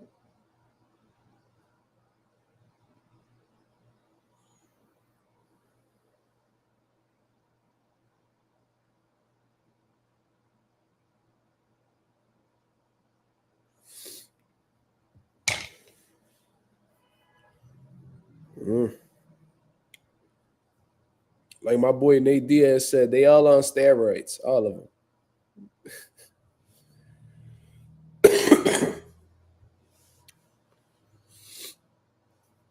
Chuck said Virgil don't hit that hard. He gotta pump the brakes on that a little bit, man. Cause we seen Chuck get wobbled a couple times from Virgil, so I think he probably saying like his power ain't that crazy, but at the same time, if the nigga stuns you or hurt you a little bit, like I know you recover, you ain't get dropped and none of that, but you can't. How you sound saying that? This ain't me defending Virgil. I'm just saying. How can you really say that if you got your ass wobbled in there? I know I wouldn't say that about somebody. If I spar somebody or box somebody, and they wobble me or stun me with a shot, I can't say they can't punch. Because what that means is I ain't got a chin. If I say a nigga can't punch and they was able to hurt me in the ring, that means I just can't take a shot, logically speaking.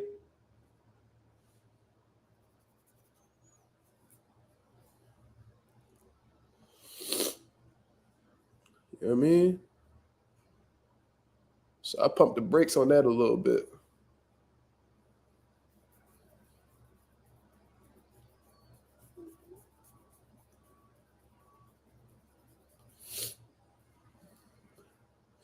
I've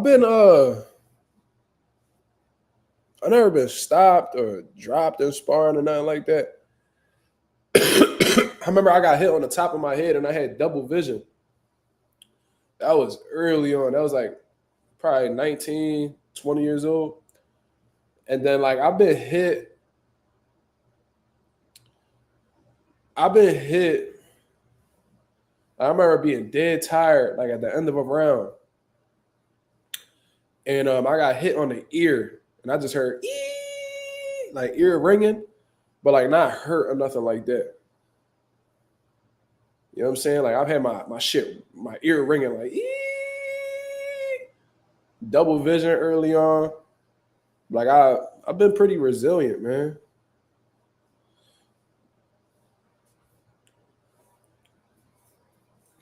Yeah, all right, Slime.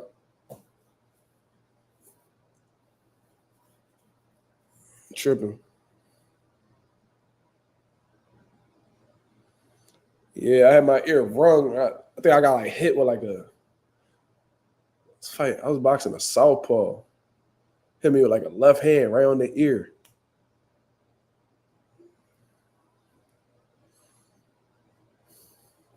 I was never easy to hit though. So you know what I mean? Like I wasn't no crash dummy. Like you wasn't about to just hit me with all this bullshit. Like I was smart in there, you feel me?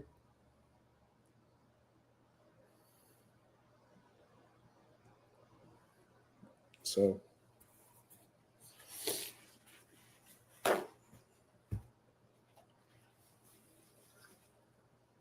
you got your orbital broken in the ring?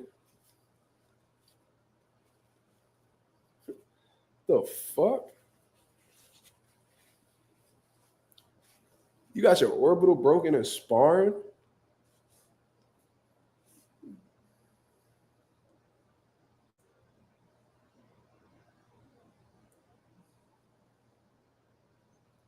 How the fuck you do that? You had a headgear on?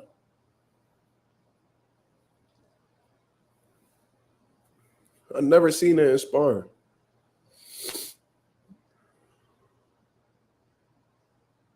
Shit. You said I don't like spar, I go hard. Them niggas went hard on you, cuz. Oh yeah, see? That's just dumb shit. Niggas who spar with no headgear, that's dumb shit. Especially if you competing. Yeah, that's crazy.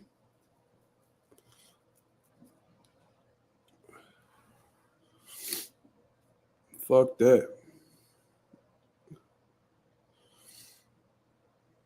I tell my guys all the time, always take every precaution necessary in sparring because we got to make it to the fight. You know what I mean?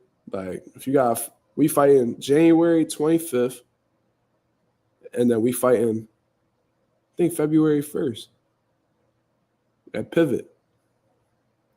So we got to make it to these fights. We're not about to take all this unnecessary punishment and then we come into the fight a shell of ourselves, or we come in damaged. Niggas putting Vaseline on they face and the gloves and the motherfucking headgear.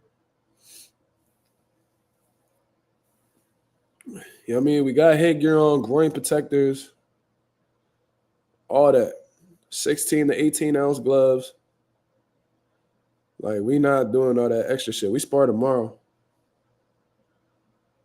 Now, we do be having hard sparring and shit like that, but, you know, that's just a, you know, test. Hard sparring is good sometimes to, like, just test your endurance and knowing that, and just giving yourself that mental note where it's like, all right, on fight night, if I need to take it there, I know I could take it there. You feel me? Yeah, Frank Martin dropped Virgil in the amateurs. Yeah. I seen that. Usyk got dropped by Better Beef with a body shot in the amateurs.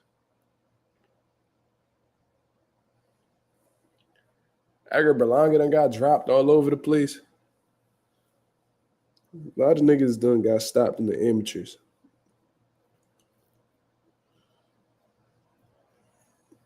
Sparring is to work on your craft, but it do get heated sometimes, especially when people from out of the gym come to our gym. You know, it kind of be a little smoky in there, you know what I'm saying? Might get a little too much testosterone in the room and shit might go left.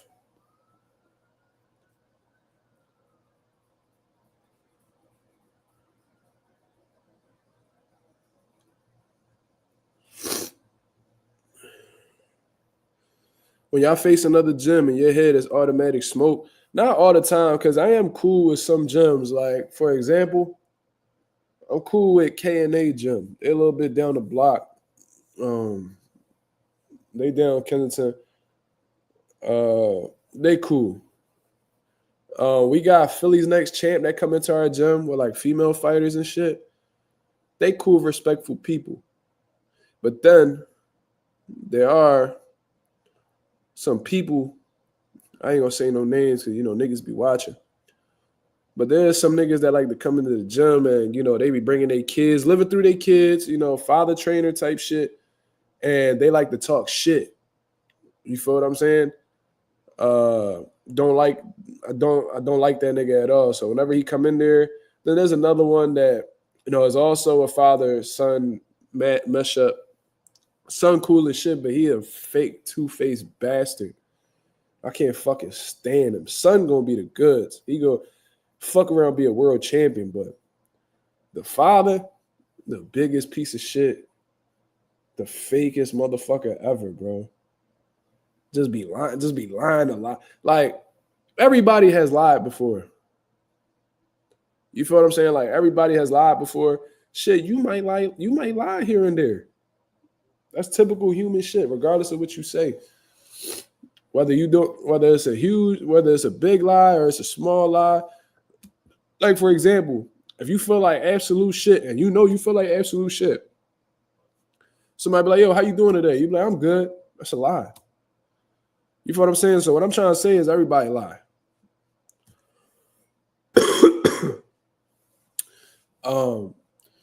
But the niggas who lie, just like shit that you ain't even gotta lie about, bro. One thing about me, I grew up with strict parents. I grew up with a strict mom, so I used to be lying like a motherfucker. I know when a nigga lying. You feel what I'm saying? And that nigga would literally lie. This nigga would tell hood stories, and I'm like, but I knew old head growing up. And then I go ask old head about it. They be like, oh, this nigga, he was a pussy. We used to beat this nigga the fuck up on the block. Oh, word. That's not what he said. Oh, what he say? Oh, he said y'all niggas used to go at it. What? He will always get exposed.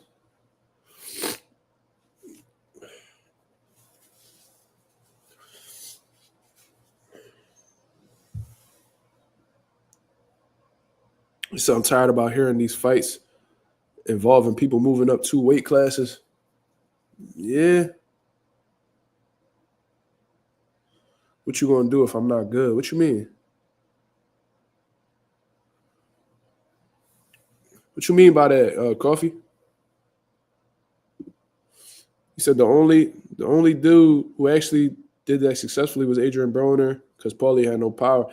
Yeah, Paulie was already on the he been on the decline, bro.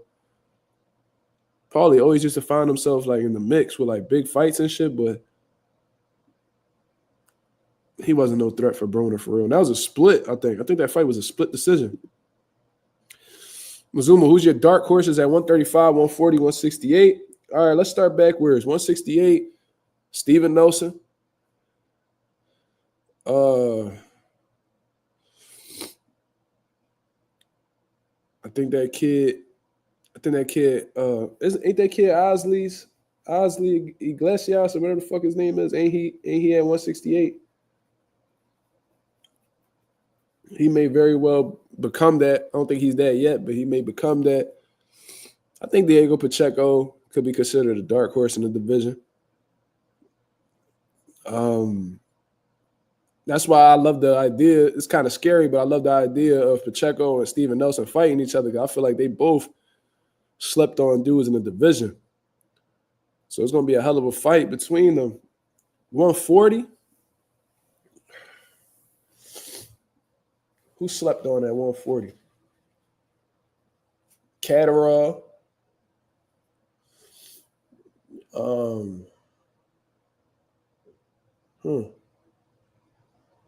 Catterall, I think he slept on. I think he can make some shit pop at 140.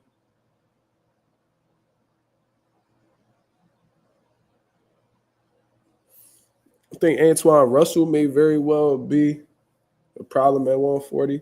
I know he came up short against Puello, but we'll see how he do against Rayo. Is Jermaine officially at 140? Because if that's the case, he definitely wanted him. Did he train? He fought. No, he fought Tio at 140. I'm tripping. Yeah, I'm tripping. My fault. No, I'm sick right now, so my brain not operating as smoothly as it usually do. But he's already had 2 fights, pretty much at 140. So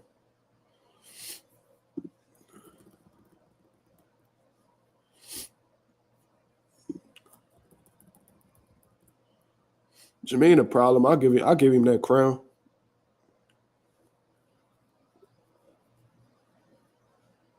Yeah, I'm tripping. I don't know how the fuck I forgot. Jermaine was at 140. Just for a Tio there. Antoine don't be active enough. That be them Russell brothers in general, bro. Like, what's going on with Gary Allen Russell? No, I'm sorry. What's that other Russell brother, man? Is it this one? No, that's not him. Antoine, not Antoine. Not Mr. Gary Russell. Was it Antonio? Thank you. Where the fuck he been at?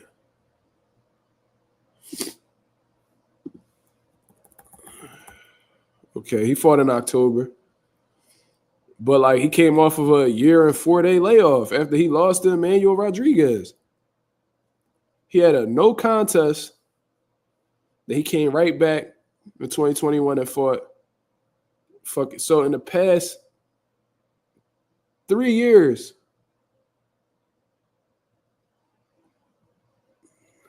4 fights.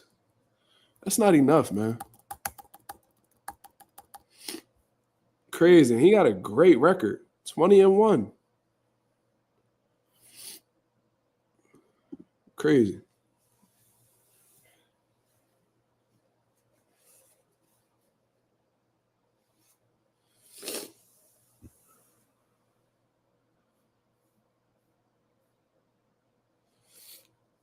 You know what I mean?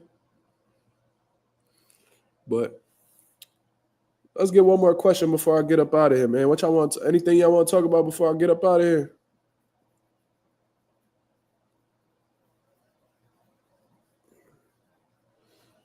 Shit, if I'm Jermaine Ortiz, I'm saying fuck the hood too, bro. If I know that I'm on the cusp of a world title shot or getting some big motherfucking money, man, fuck everybody that's out here, bro.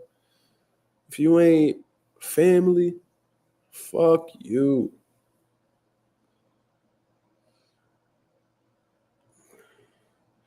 It's always, you always want to know where you came from, right? To keep a state of humbleness. But just be, you remembering where you came from doesn't necessarily mean that you have to stay around where you came from. Remember where you came from, but you ain't always gotta be there. Bro, I'm trying to tell you, bro. You know how many niggas done died staying in their hood, bro?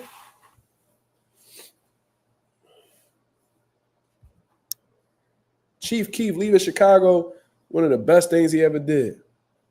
When he stood over there, what happened? What happened when Nipsey Hussle stood in his hood?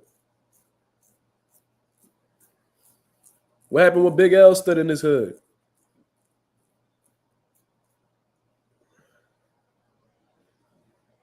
Always remember where you came from, but that don't mean you got to stay there with everybody.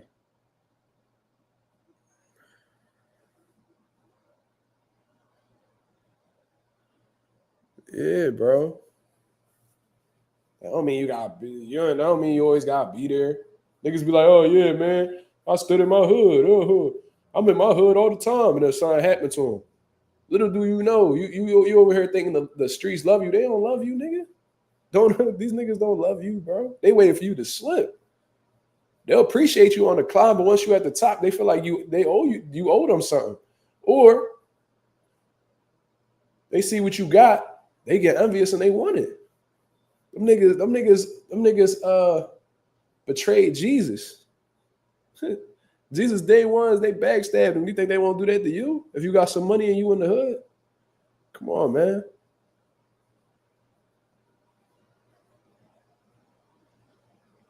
Streets don't love you, man. At all.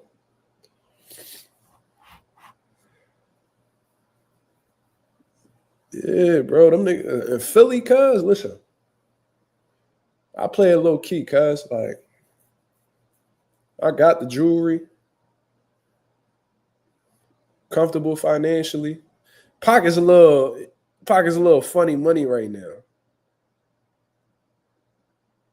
Pocket's a little funny right now because of the holidays. You know what I'm saying? My girl done fucking made me drop some good change. You know, I'm a cheap motherfucker. So, but regardless, comfortable financially, I'll say that. The bills is paid.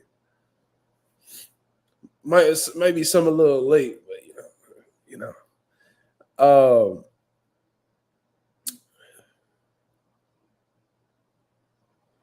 Got the sneakers, got the clothes. But I ain't about to let these niggas know that. Think I'm about to let these niggas know that. Think I'm about to keep flexing out here with the chains and with the fucking watches and all that shit, bro. I got expensive watches that was handed down to me. I got chains and shit that my dad gave me when I was coming up, and I got all of that, bro. You think I'm about to let these niggas know that? These niggas out here hungry, nigga. I drive a little okay Honda Civic. You know what I'm saying? My shit got 2 different colors. My bumper is different colors than the motherfucking actual color of the car. You know what I'm saying? I ain't broke, but I want you to think that. I want the street niggas to think that. Stay the fuck away from me. When you plotting on taking somebody's car, breaking into somebody's car, I want my car to be the last thing you look at. Oh man, this nigga car ain't shit. I want you to think that. These niggas be in the hood flexing Hellcats, wake up, they car gone. The fuck? You know what I mean? Sosa was banned in Chicago. You know how many niggas done been banned from their city and still stuck around? Or had a bag on their head. Look what happened with Young Dolph. Young Dolph was beefing with niggas for years. He gonna just show up to, what was that, like a cookie shop or something like that? They lit the whole shop up. Why you there? Then with no security, like he ain't even had no security, nothing. Nipsey politicking with niggas in the middle of his hood in LA. Why you there? Niggas want to get the bag and stick around for what? I'm somebody who learned from history, bro. I don't need to experience something to know not to do something anymore. I don't need to. I don't need to. I'm not one of them hard-headed niggas that hear something from somebody and be like, man, go ahead, man, whatever, man. Nah, bro.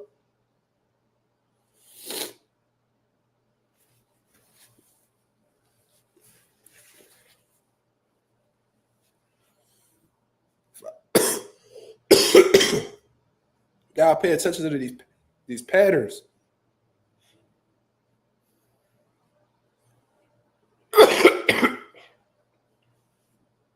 Like, I'm still in Philly, but let's say I had the fucking attention and notoriety of, you know, a celebrity. You think I'll still be here?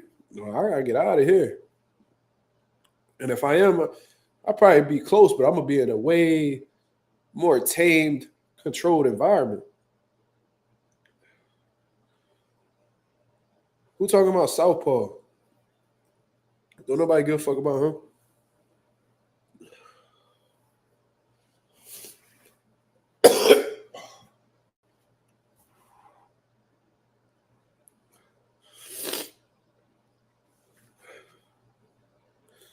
Yeah, bro. Look, man. That's the thing, right? I know there's a lot of prideful motherfuckers out here that's like, man, anybody touch my chain, nigga, you get smoked, nigga.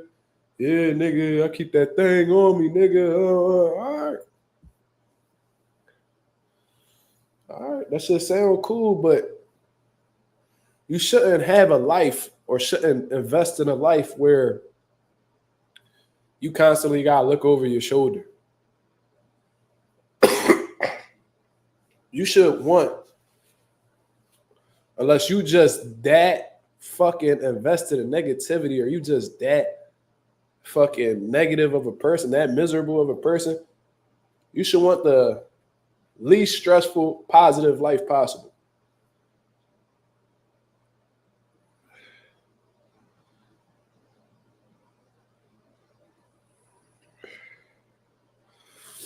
I don't give a fuck who watching for real. I'm just saying. This is just a lesson to everybody. Like, I pay attention to patterns. I see somebody stepping shit. I ain't about to walk in that direction for what?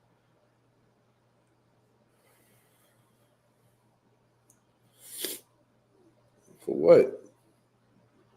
I got a son, bro. You think I won't be paranoid walking around with my son every day, bro? Shit, not worth it. I want to be able to take my son to a park and have fun. Not worry about somebody popping up on me. I walk around freely. You can run into me at a Target, motherfucking Chuck E. Cheese with the kids. You could catch me anywhere. And I'm over here without a care in the world. And don't shit be happening. You know why? Because I mind my fucking business and I stay out of the way. That's how it should be.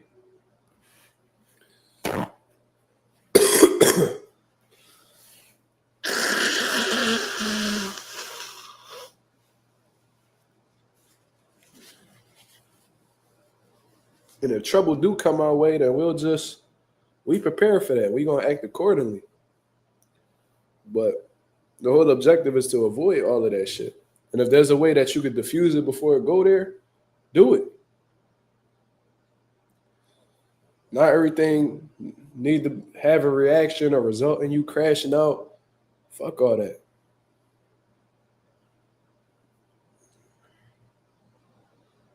If they put your life in danger, that you gotta do what you gotta do. Or if they try and harm you, you gotta do what you gotta do. But if there's a way that y'all can talk that shit out without having to go there, or just completely avoiding it altogether, go ahead and do that, man.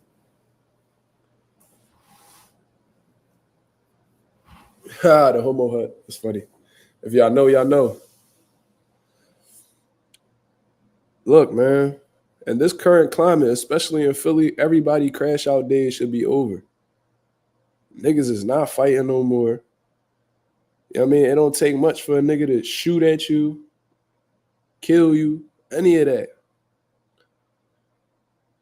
Nobody should be fighting, bro. No grown men should be out here fighting, bro. Not in Philly. I don't know about anywhere else. But how the way Philly's set up right now, how this shit structured, how wicked it is out here, cuz probably females will get away with fighting at the most around here. Men, I tell my girl all the time, or any woman that I've dealt with previously, you're not fighting around me. Women, that's not ladylike. That's not what we doing. If you dealing with me, you got to conduct yourself as a woman. We ain't doing no arguing publicly with no other women. We not throwing hands. We ain't doing none of that shit. You know what I'm saying? When you a grown man, ain't no point in you fighting out here, cuz. This is coming from somebody when shit hit the fan. I done been put in the back of cop cars and all types of shit. Trust me. Don't nobody need to be out here, bro, fighting. Philly's so fucking wicked right now, bro. They out here killing old women. They out here killing old men. They out here killing babies, cuz. Babies. Philly don't give a fuck. There's no code of ethics in this shit, bro. I remember back in the day, on that Scarface shit. You know what I mean? Won't kill nobody if they women or they kids is involved. Now they out here killing the women, the op, and the kid. You think I want any part of that? I'm cool. I'm cool, bro. Y'all can have all of that. I ain't no gangster. I don't want to take it there, bro. Fuck all that.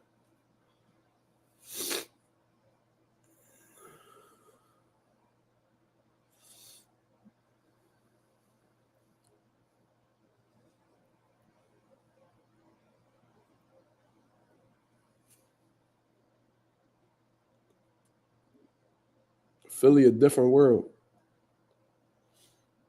They out here killing. I think the boy survived. I don't know how. The nigga killed on Kensington, bro. The bull ran up and shot a parking authority officer in the head because he gave him a ticket.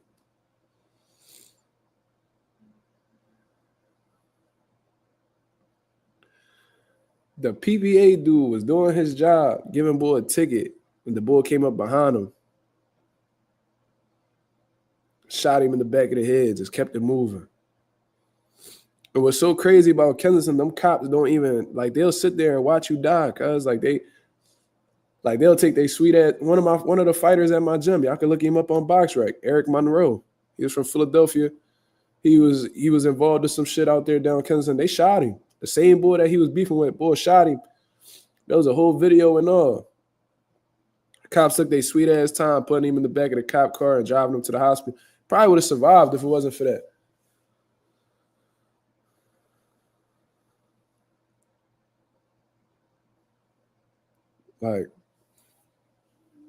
That he had kids and all, bro. Shit's sad. You think I want to have my son at home talking about, wish I'd have knew my dad. Was my dad cool? How was my dad? Did I look like my dad? You think I want my son asking those questions, bro?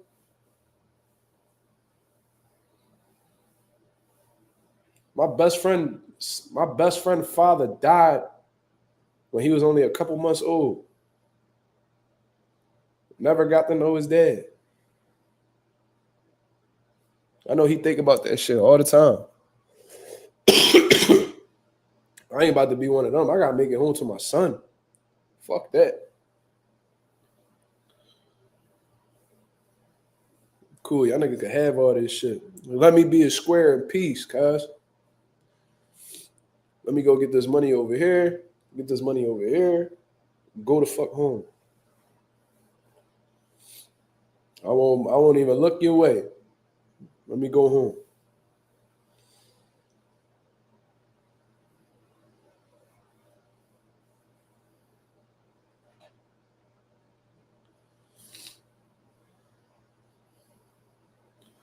If you got kids, it should be all about the kids, not you. Fuck how you feel. Fuck what you, how you feel about ops, bro. That shit old, bro. That shit old. I got a fighter who, I had a kid at the gym that I trained. This kid had all the potential in the world, bro. Had a falling out with his parents, caught a body. Started doing like all types of, he was on a run. He was on a run for like a good 6 months. You know what I'm saying? Running from the cops here and there. Boy, he killed somebody, bro, on a block that he be chilling on. Then after that, was doing murder for hire and all this crazy shit, allegedly. You know what I mean? And they just picked him up like a week or two ago.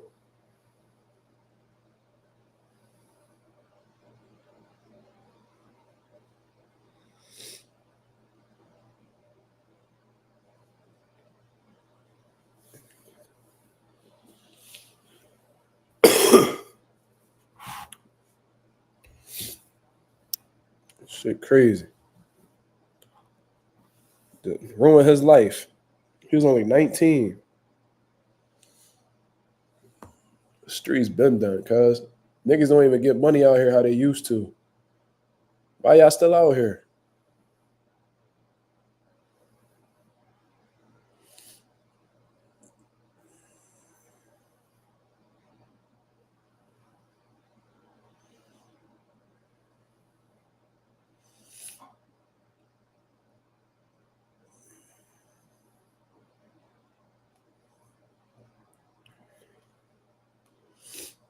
My dad doing photo dumps. Look, my pop took a picture with Morrell. Fire, my nigga.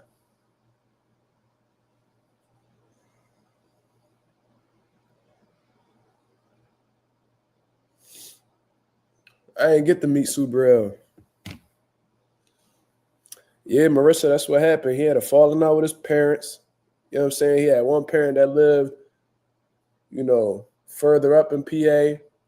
That parent kicked him out. He had his other parent living in Philly. They ain't work out, so he kicked him out. So he started living with his homies, and his homies was involved with street shit. So because he lived with them, he started doing what they was doing, just following their lead. And he ended up getting into shit that they wasn't even doing. Murdering niggas, shooting at niggas, lighting blocks up. I had niggas calling me like, yo, you know that young boy, blah, blah, blah. I'm like, yeah. Yo, he just tried, shot at my cousin, man. I can't control that little nigga, bro. He ain't been in the gym in years. I try to save him. You can't save everybody, dog. I lost a lot of niggas to the streets, bro. A lot of them. Yo, bro, just stay in the gym. That's too hard for them. It's too hard for some niggas to just get a job. You know what I mean? It's too hard for some niggas to get a job. They think that shit lame. You know what I'm saying? Or even, you don't even need to get a job. Shit, if you got the money for it, if you got the mindset for it, bro, go start your own business. Where are the white girls? They ain't here, nigga. You at the wrong place. You don't do that shit, cuz. As a matter of fact, I think that's block worthy. What y'all think? What we doing with that? He getting wrench work or what? I'm on my Dr. Umar shit. What type time he on?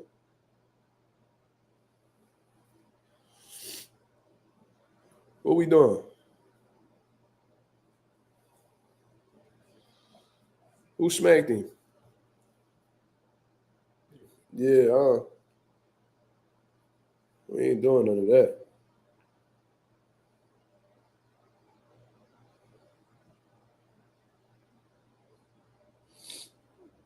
Shout out to my boy Slime for smacking him with the wrench.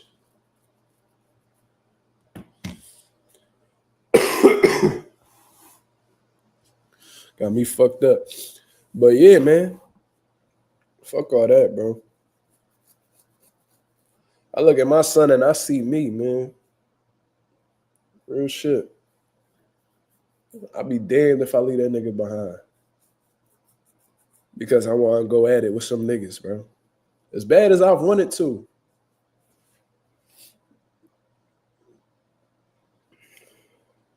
There's been so many times where I've wanted to resort to violence and punch niggas in their face, all types of shit, bro. I ain't gonna sit here and act like they ain't been a tempting thing. But at the point where I'm at with it, is like, bro, I stay in my corner, you stay in mine. I mean, you stay in yours, I stay in mine. I mean, that's how niggas last, bro. That's really the key to longevity out here.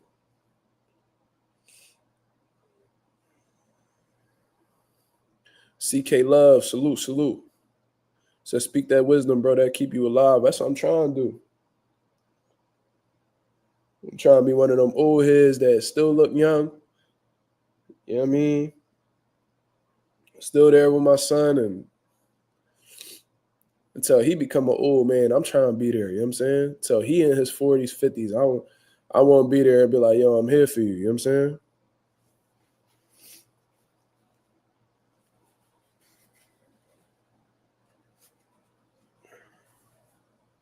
Bigger picture, absolutely. I'm feeling good right now. That's because I took that long-ass nap earlier. That's why I ain't really tripping about leaving. Yeah, I can't set a bad example. His mother sent me a picture of him earlier. Let me see if I can find it real quick. Because now this little nigga, he got a little attitude on him. So when you tell him no and shit like that, he like the headbutt. He like the hit and all this shit. I'm like, bro, you know how I hit your ass back, right? Like, you know. But she sent me a picture of him. He got features from his mom, too. It ain't all me, but you know what I mean? When you look at him, when he whiter than me, too. His mom white. His mom a little white. You know what I'm saying? So he got like her complexion. I'm a little darker than him. But no DNA test needed. Nah, she was stuck to my hip the whole time. It was, you know what I mean? I got pictures of me when I was a kid, when he was a kid.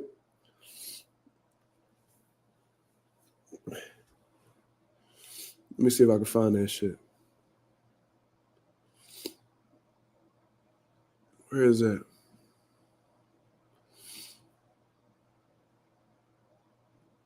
Head of John.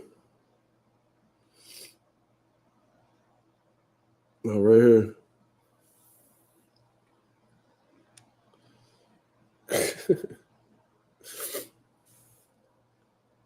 Shit crazy, right? Just white. It's my boy. So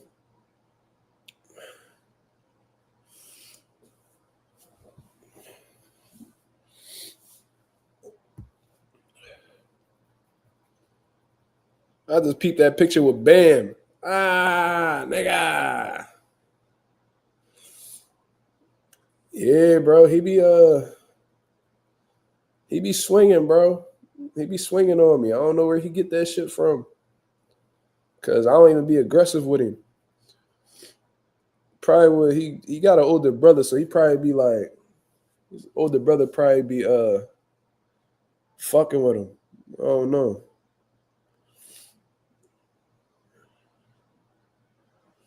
But he be ready to swing. He be drawn. He go like this. Hit me right in my shit. I remember one time he hit me right on my chin. Boom. I'm like, what the fuck? Hit him right on top of his head. He gonna do it again. I'm like, oh hell no. You say you got a picture with Bam and Franco. I wonder if Franco was there. I ain't see him. Probably wasn't. I never got into Franco too much. Pause. He like that little nigga. He be on some shit. Let me see.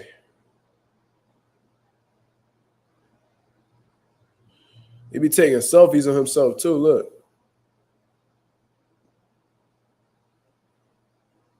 He do little shit like that.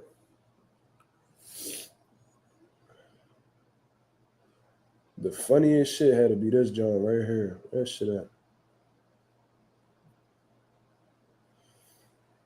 This nigga took a video of himself laying down at the crib while I'm asleep.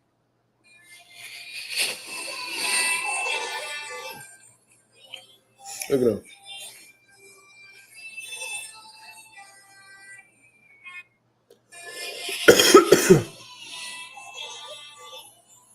Look at him.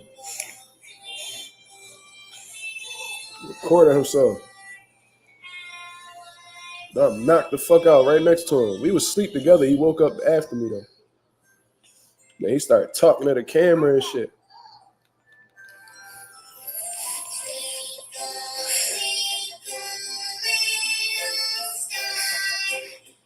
No, I'm knocked the fuck out right behind him. Look. Same cough I got right now. He vlogging. Look.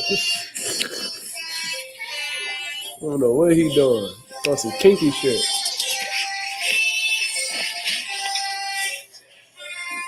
That's a weird angle, son. I don't know. He was trying to send this to a bitch. Look.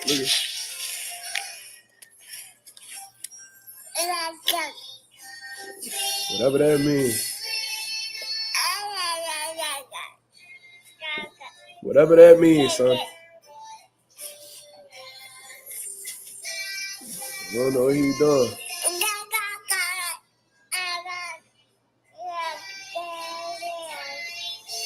Yeah, bro. Like just showing his feet and shit like that. Like I was rock. Yeah, he said T.O. soft. Yeah, that's exactly what he said. That's what it sounded like too. I wasn't sure, but Slime just confirmed it for me.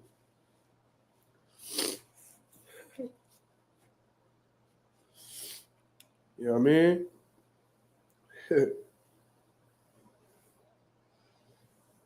Yeah. Be wildin'. That ain't the only time either. He I don't know if he just do that coincidentally. I don't know if he really understand the phone or what he be doing. Cause he ain't really talking that much yet. But like he'll put the video on himself. He'll flip the camera and then he'll record himself. Every time I look at my camera roll, I got new photos and videos.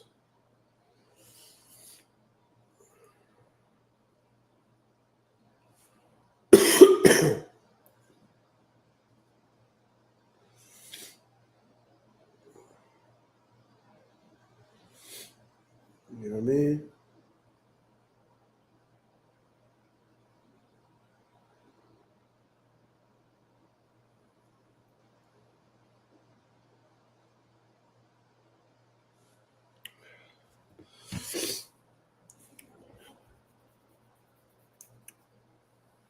Yeah.